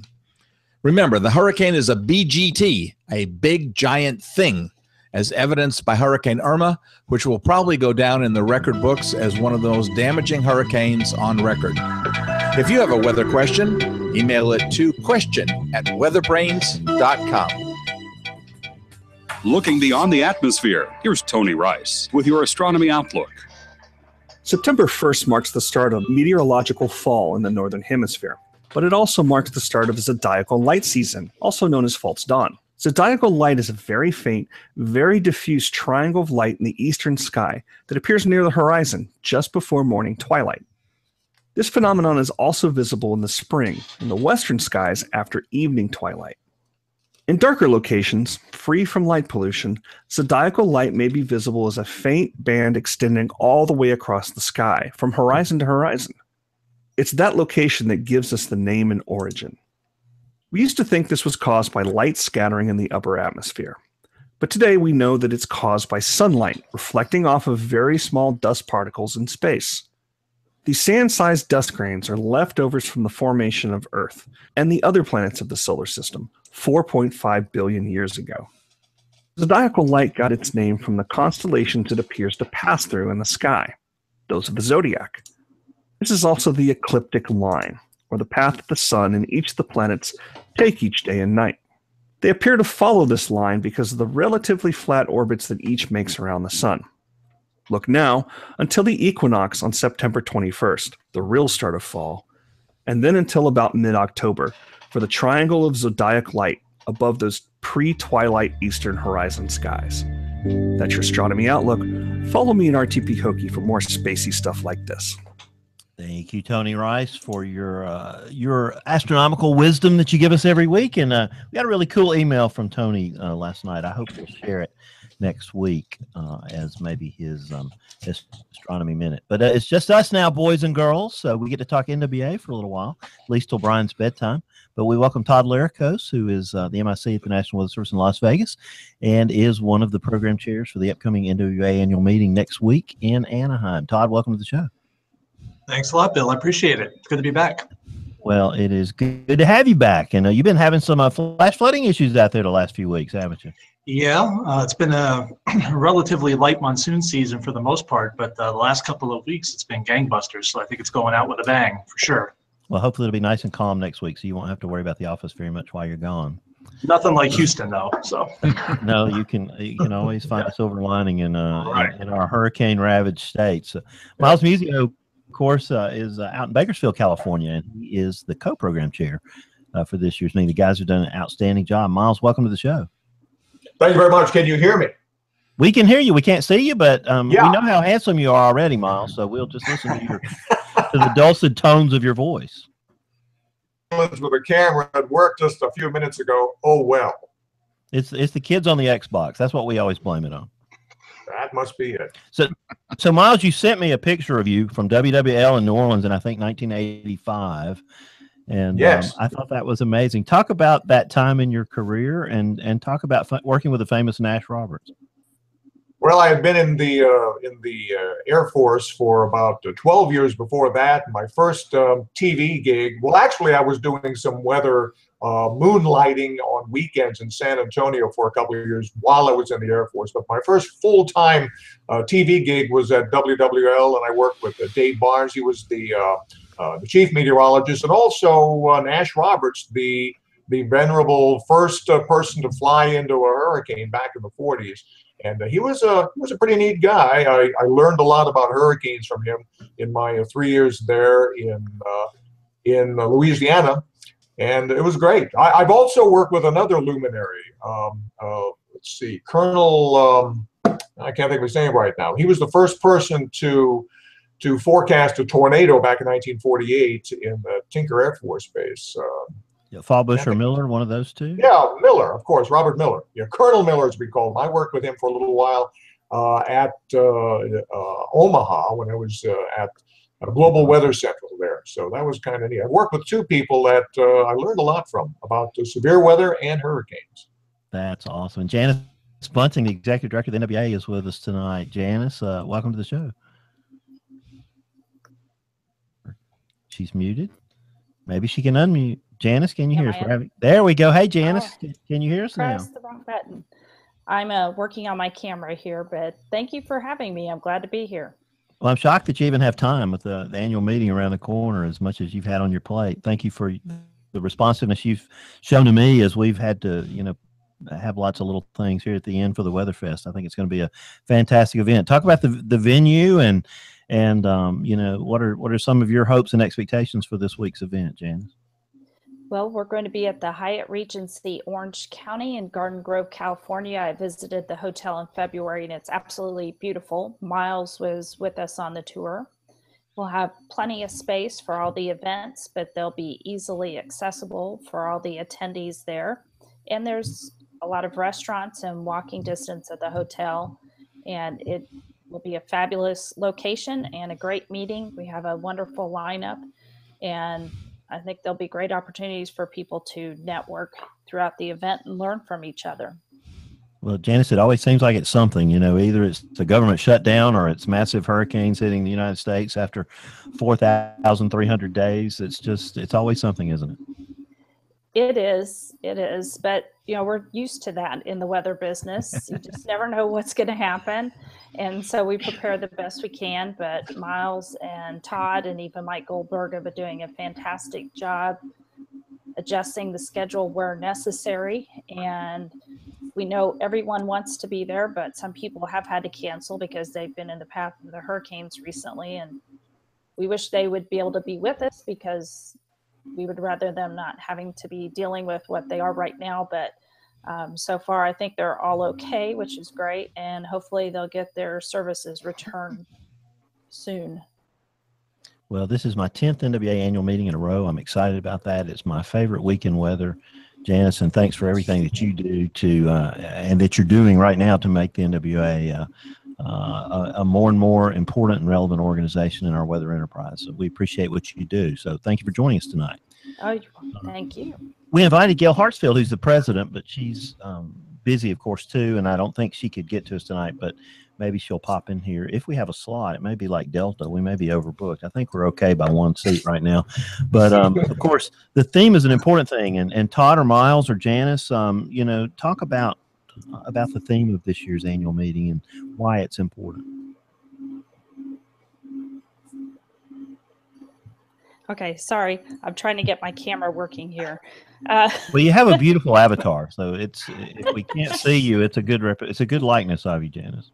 Oh, well, good. Well, thank you. I appreciate that. And one of the topics that Gail wanted to focus on this year were vulnerable populations. And I think we're going to do that quite well, and especially with all the events that have occurred recently. But her topic is she wants to improve diversity across the weather community and also improve the response and help vulnerable populations. And Todd has put together a wonderful panel discussion on Tuesday, and that will fit right in with our Putting Science into Service theme that Gail has set for us this year. So I think with all the events that have occurred recently, we'll have a lot of great dialogue and discussion to help our weather enterprise. You got a good question there for Janice. Well, I think she kind of already covered it. But yeah, I was just really concerned about how many people are going to have to back out because of the hurricanes. And you kind of already mentioned that. Hopefully it's not too many. I don't think it will be. We had a few cancellations today, but that isn't unusual. I haven't seen a larger than normal response. Good. So I don't think it will be a big problem for us. We do have several people that I know that are planning to come that haven't registered yet. And I think they've just been busy with forecast services. So I do expect to see a few of those come in that haven't registered quite yet. But we're still going to have a great crowd. Absolutely. Yeah, that's good to hear. So Miles, walk us kind of through the schedule, some of the big events that we have to look forward to. Well, it all begins on Saturday morning with Weather Ready Fest. And Bill, you've done just a phenomenal job at putting that together. Quite often, you know, it's kind of like the last minute, but this is really coming together well. It's all going to be at the Discovery Cube OC, which is about 4 miles from where the conference is going to be. And we're going to have just all sorts of people there doing what they did last year and even more, I think. There won't be a battleship in the background, but there will be lots of neat things around the region. And Nick Walker's going to be there, so will Fritz Coleman, and a whole bevy of meteorologists from KNBC. NBCLA is doing a lot this year to help out with the proceedings. And then, of course, we have a golf tournament that'll be taking place later on Saturday over at Seal Beach. Then on Sunday, well, we have a student seminar, which lasts a good part of the day. We're going to have speed mentoring. And, of course, the broadcasters workshop. Mike Goldberg has done just a great job with that. He's done that almost maybe as long as you've been consecutively coming to these conferences. I think almost 10 years. It may not be. And so we're going to be doing that. We have, let's see, JPSS and Go 16 workshop. We got a DVD swap in the evening. And then, of course, the main conference begins on Monday. We're going to have Dr. Uccellini, Director of the National Weather Service, will be giving a little bit of an extended keynote speech to begin with. There's been a lot going on, as you know, with all of the hurricanes. This is, by the way, this is the first time since 1915 we've had 2 Category 4 hurricanes make landfall in the United States in the same season. So it's a pretty rare event. Had more tornadoes this year. Right now we're up 51% from the 3-year average this time. A lot of wildfires out west. The west is on fire. So there's just a lot going on, as you know. And so Louis, as we call him, will be talking about that. And then there's the vulnerable population panel discussion coming up, and Todd has done just a great job putting that all together. There will be some people there, including Jeff Reeb. He is in charge of emergency management for Los Angeles County. Wednesday and Thursday, we got there's lots of things going on as well. We're going to be having our annual luncheon on Wednesday with plenty of awards there. And just a lot going on. Oh, and by the way, and this is for Todd, I just heard from Alan Gerard, and he will be doing the hydrology talk on Thursday. So we filled in that one little last thing. A lot of juggling going on the last minute. Yep. You heard it here first, right? That's right. So Todd, as a program chair, there are always things that you're really proud of, really excited about. Talk about anything that you're especially proud of that we've gotten into the program this year. I'm proud of all of it, really. I think it's kind of come together. We've tried a couple of unique things, and that's always a little tenuous at first because you know, it's different, and so we're not sure, you know, how these things are going to go off.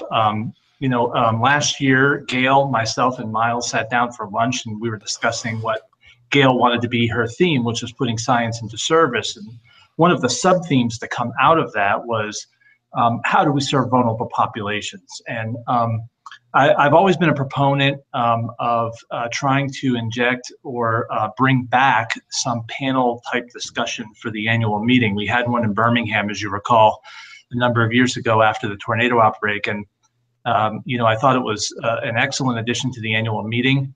I kind of had it within my field of vision to try and do that, you know, if I were given the opportunity, and here it came. So I kind of pitched that at that meeting, or at that lunch in Norfolk, and everybody, you know, Miles and Gail thought it was a good idea, and so we decided to try and give it a go.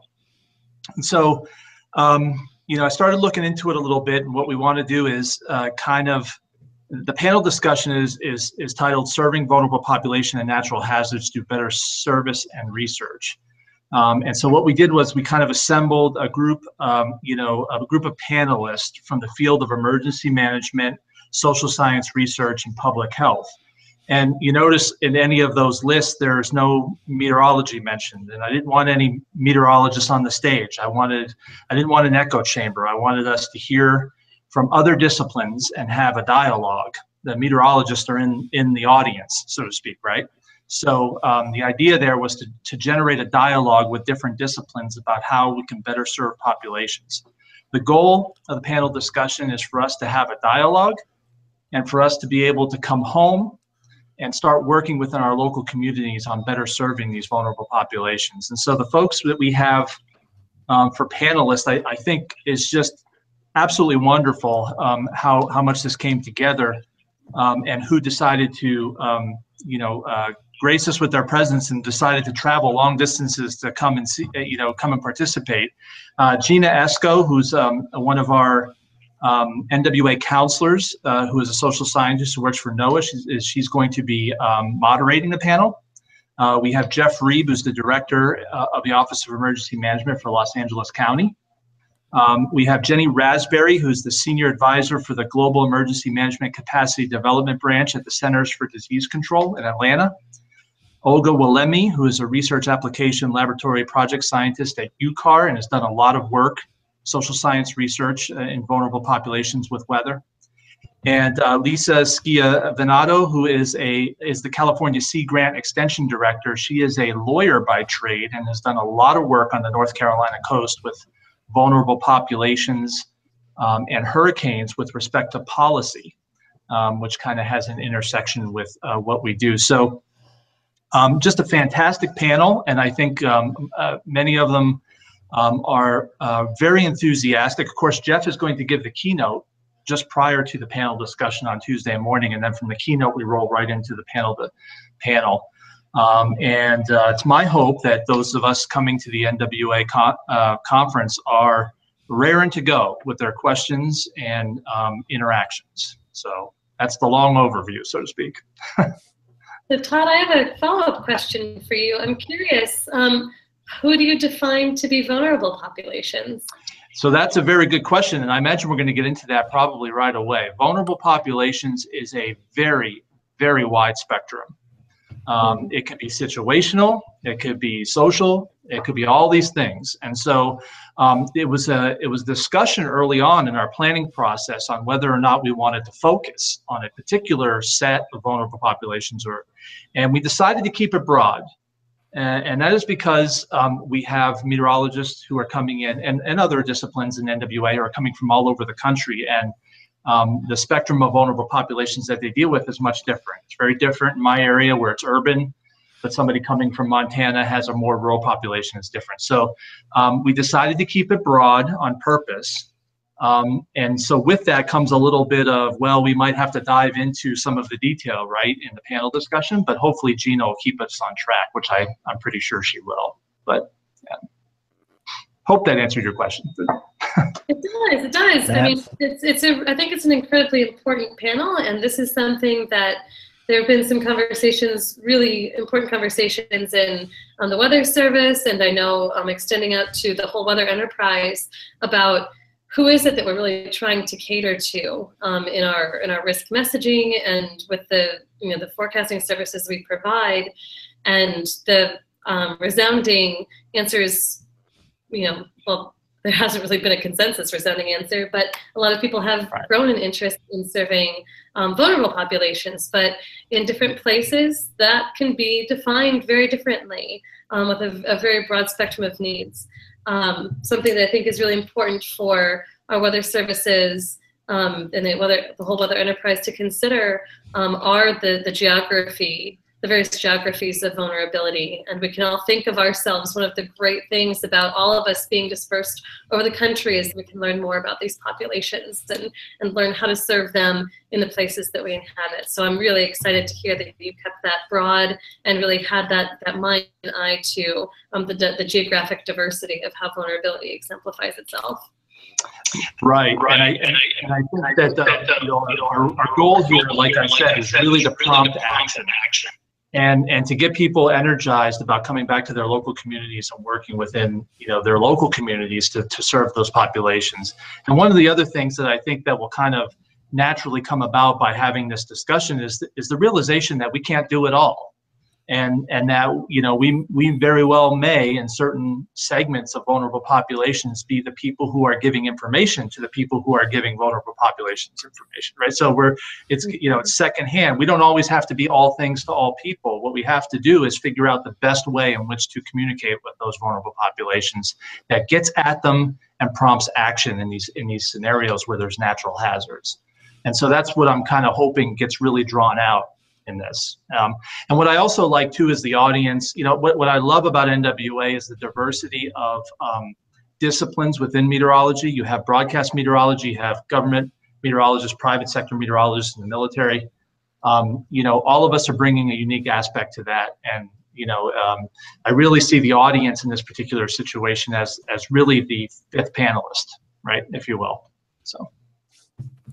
So Miles Musio, I need a weather forecast for next week. What do I need to pack? Okay, the weather in Orange County is going to be cloudy in the morning. There'll be a marine layer pretty much every day. Temperatures will be in the right about 80 degrees in the afternoon. It'll clear out. Looks like it'll be that way for WeatherFest coming up on Saturday. But about Wednesday of next week, there is a pretty strong system, according to both the major models, that'll be pushing on through, and it could kind of disrupt the marine layer a little bit, but I don't think the temperatures are going to be bad. It'll be a little cooler off to the north, but it might actually be a little bit warmer with a little bit of a downslope wind, especially Wednesday and Thursday in Orange County. So really the weather's going to be in the 60s in the morning, a little bit of humidity, dew points in the 60s, and afternoon highs, upper 70s, low 80s. Should be great for the baseball game that people might want to go to over at in Anaheim there. I know the Indians are coming to town to play. They'll still be winning. They won their 20th game tonight. The Los Angeles Dodgers cannot win. They're losing them as fast as the Indians are winning them. That's right. Now, Miles, I look out and it looks like on the 22nd, you're going to let it go up to 97, and on the 23rd, 104. So did you order this weather specially for us? I mean, 80 and 63 is not bad. That's not too bad. The 22nd and the 23rd, that's after the conference. So, it can get hot. Oh, my goodness. It looks like it might. So, Brian Peters, I know you're going. I'm looking forward to it. What are you looking forward to most out of your NWA experience this year? I don't know. Sorry for the hard question there, Brian. Well, I mean, there's so many things. Being among the camaraderie of being among people who are all interested in the weather is just fascinating. I'm not looking forward to the overwhelming feeling of hearing all this wonderful stuff that's going on and feeling like I haven't been doing much. But I don't know. I couldn't pin it down, Bill. There's so many things. Well, just seeing you in the Jiffy Pop popcorn hat at Weatherfest on Saturday, being the Swami at the WeatherBrains table, is going to make it all worthwhile for me. I thought I was now the photographer. No. You don't get out of that. Trisha doesn't get out of being Allie, and you have to be the Jiffy Pop guy, except for when you're going to take a few pictures. I'll come be the Swami. So Brian, you do have an important role Monday night. We're going to do WeatherBrains live from the RON, the Research and Operations Nexus, and that's going to be really fun and really huge. And we're going to have a ton of big brains on next Monday night. Yeah, who do I get to provide an extension cord? They've already loaded the truck, haven't they, Janice? I think they have, but how long of an extension cord do you need? From my equipment to wherever the power is. Well, I have no idea. I have to go buy a bunch on Friday when I get there for the exhibitors, Brian. So I'm sure if you and I piece those together, we could probably get it all the way to Petaluma if we tried. All right. Sounds good to me. I'm not quite sure where Petaluma is. Miles might know a little better than I do, but I'm not too close to Orange County, probably. Rick, I was really excited that you're going to be coming, and I assume that's still true, right? Yeah, as far as I know, I'm looking forward to it. I didn't get to go last year, and I always like the NWA meetings. It's just a really, it's a more intimate setting and a good crowd, a good mix of people. I'm really excited to be able to participate this year in the broadcasters workshop on Sunday. So I'll be doing a presentation, and then Gina's going to have multiple panel duty. I'll be on a panel with her and Castle Williams talking about, I'm not sure who else is on the panel, talking about message consistency, which is always a fun topic. And there's just a ton of great presentations. I've already printed out the agenda and trying to mark things up where to be and things not to miss. And there's, as usual, too many of them. It's just jam-packed full of stuff. Amen. Well, I cannot wait to get there Thursday night, get some pre-work done on Friday for the Weather Ready Fest. Janice, not too late to register. It is not. You can register all the way up until the meeting starts and throughout the meeting. The registration page will stay live. If you get your registration in sooner, it'll help us finalize food orders and other things. So we appreciate it, but you can walk up and register as well. It is the best week in weather. There's no question about it. It's one of my favorite weeks of the year. So we thank you guys for staying up late and joining us tonight. Thank you. Absolutely. Our pleasure. Now you can stick around for 5 more minutes and give a pick of the week, or you can go get some sleep. But like we say on WeatherBrains, sleep is for sissies. So I'll start with you, Brian Peters. What's your pick of the week? My pick of the week. Oh gosh, that was so long ago that I Seems like that was put it yesterday. together.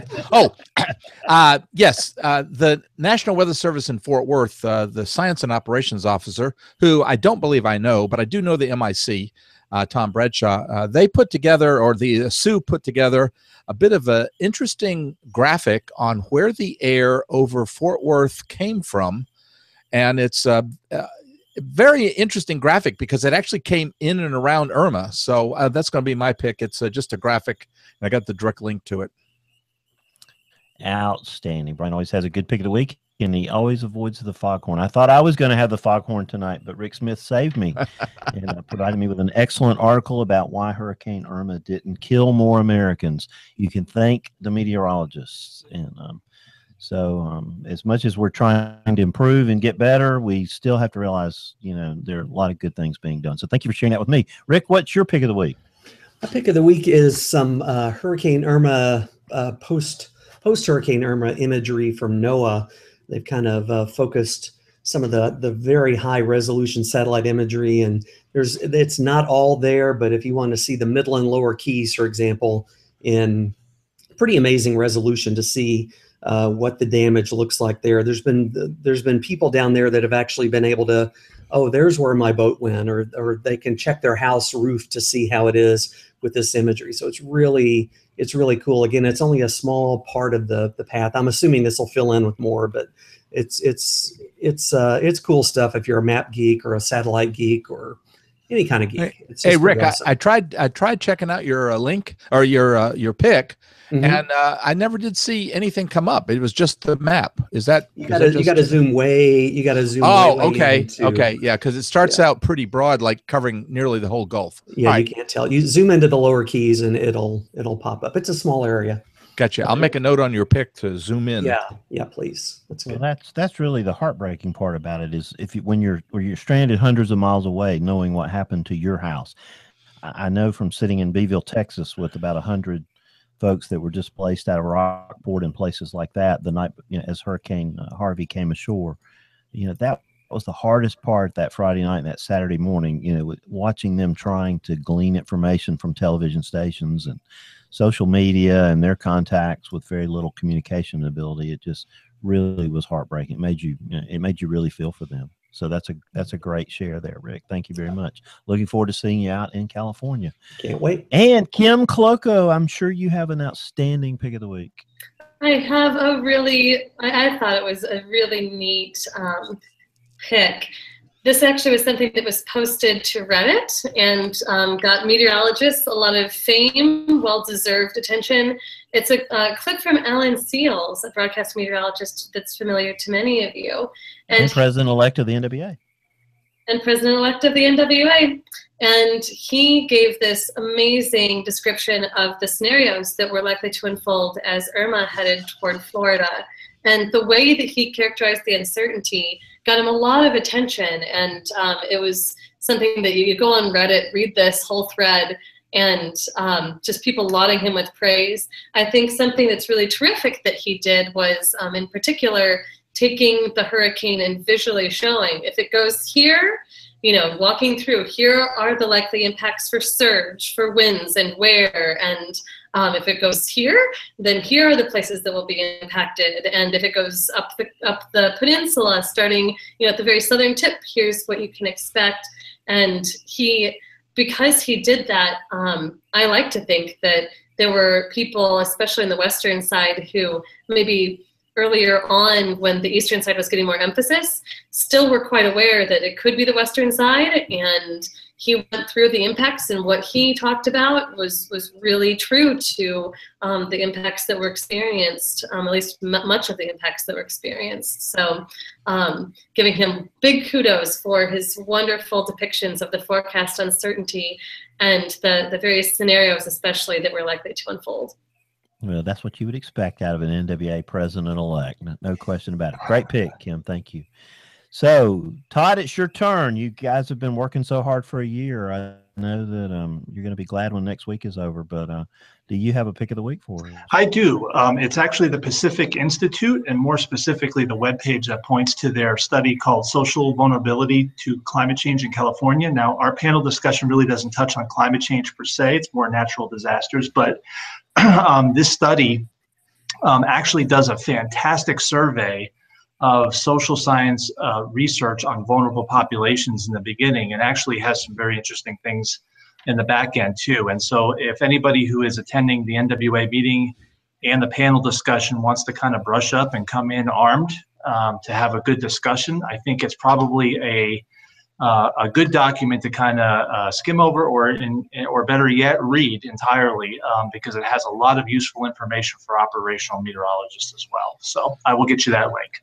So. That is outstanding. We will have some homework before we get there, because there you go. We want to have a lot of engagement at that event. Miles, anything you want to share, and what's your pick of the week?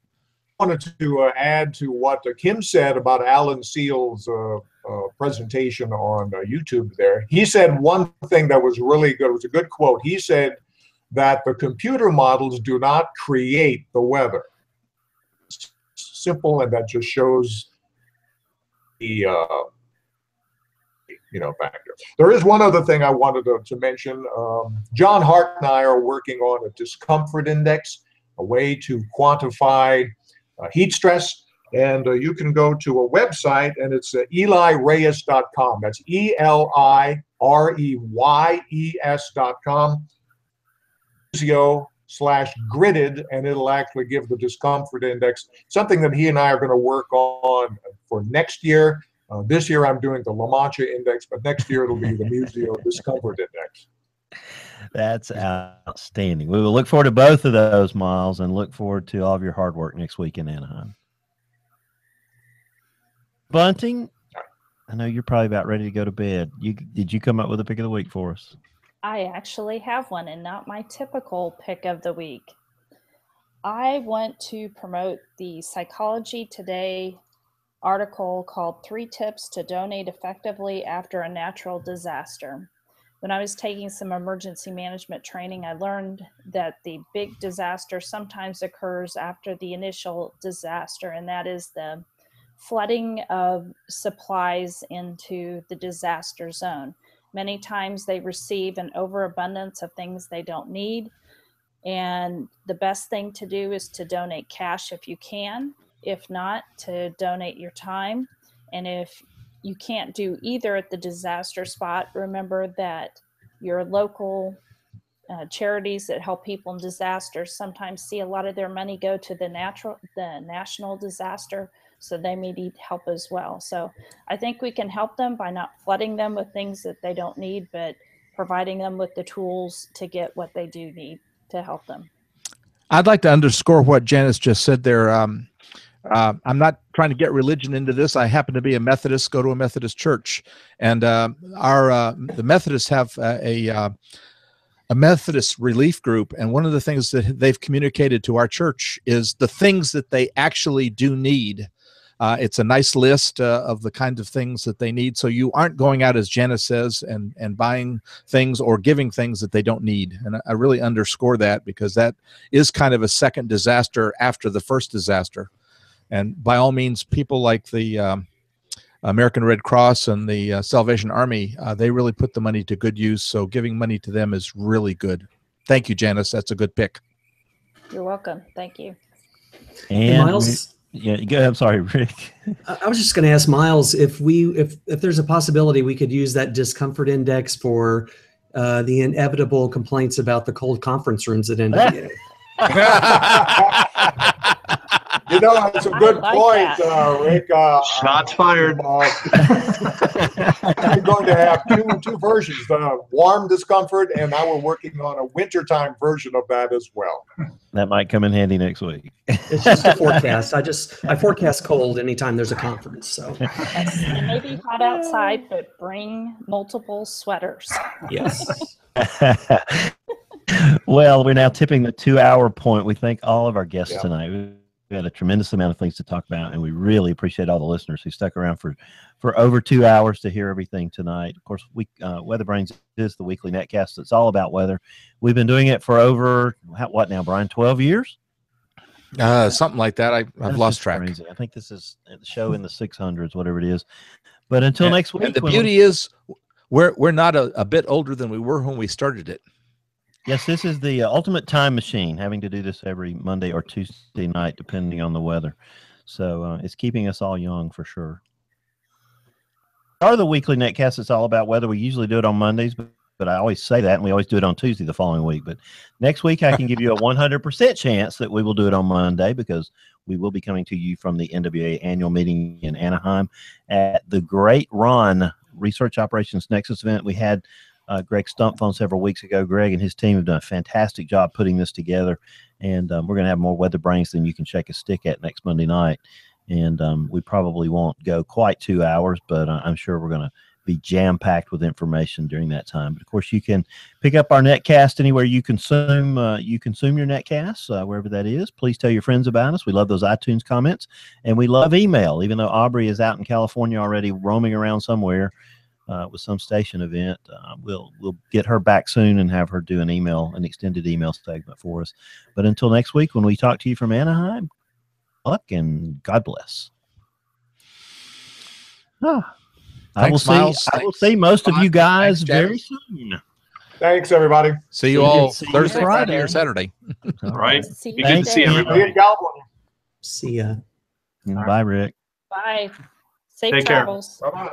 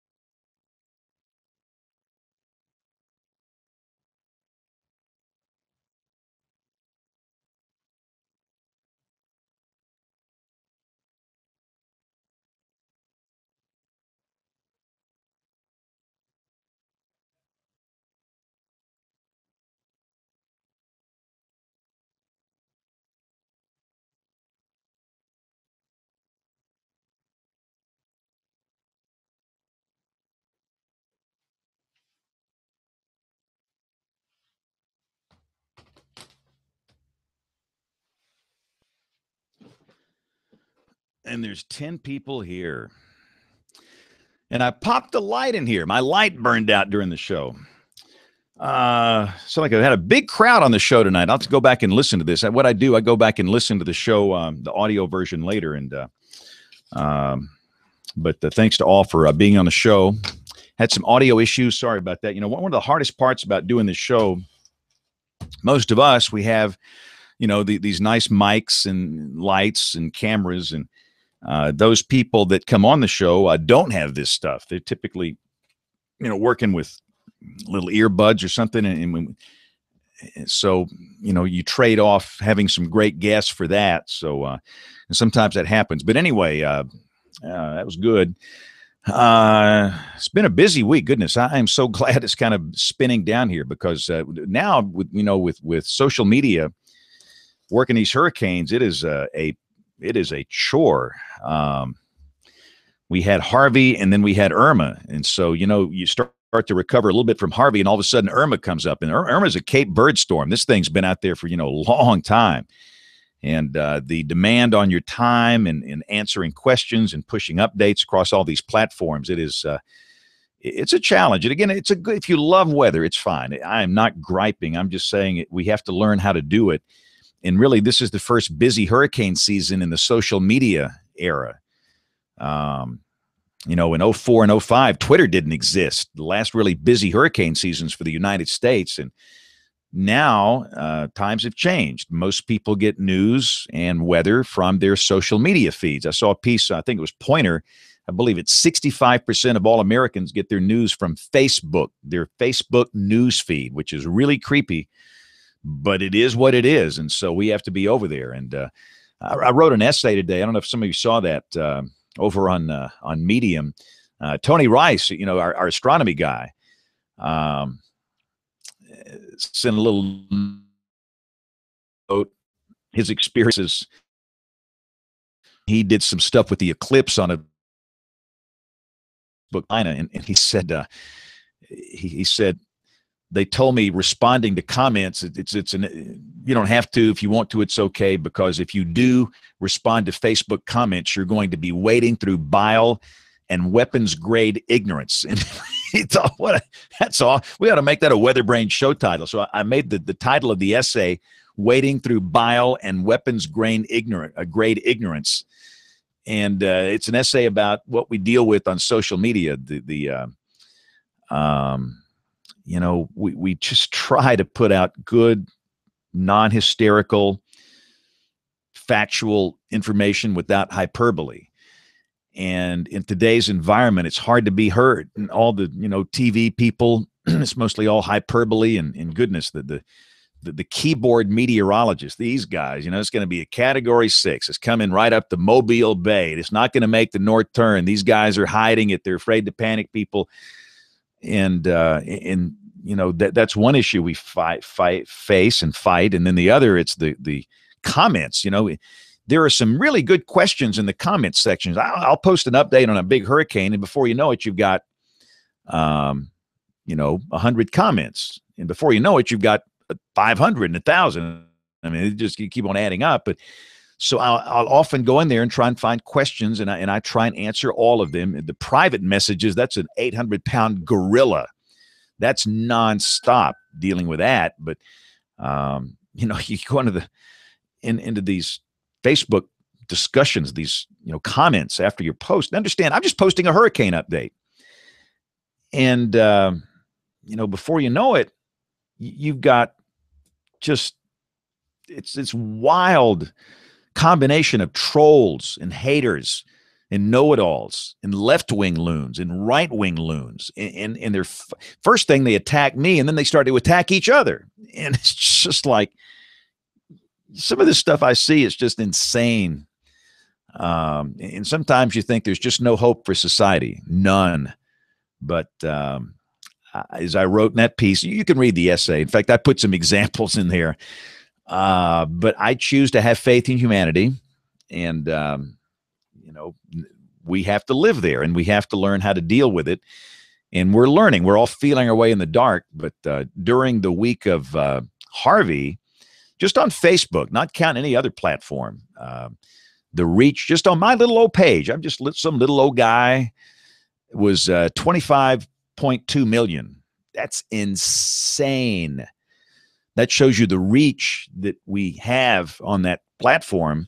And we have to be really responsible. And like I wrote in that piece, look, guys, we can make mistakes. I mean, we're weather forecasters. That's what we do. It comes with the game. You're a baseball coach, you lose some games. You're a meteorologist, you bust some forecasts. But I'm just, sometimes you feel like you're the last sane person. You're this voice crying out in the wilderness that nobody hears. People want to run to the hype and the more insanity, the more outrageous the forecast, the more people are going to click and like and all that stuff. But anyway, why am I even saying all this stuff? I got to go. Thank you guys for watching. Have a great week. God bless. We'll see y'all next Monday night. We'll get back on the regular Monday night schedule next week. Bye-bye.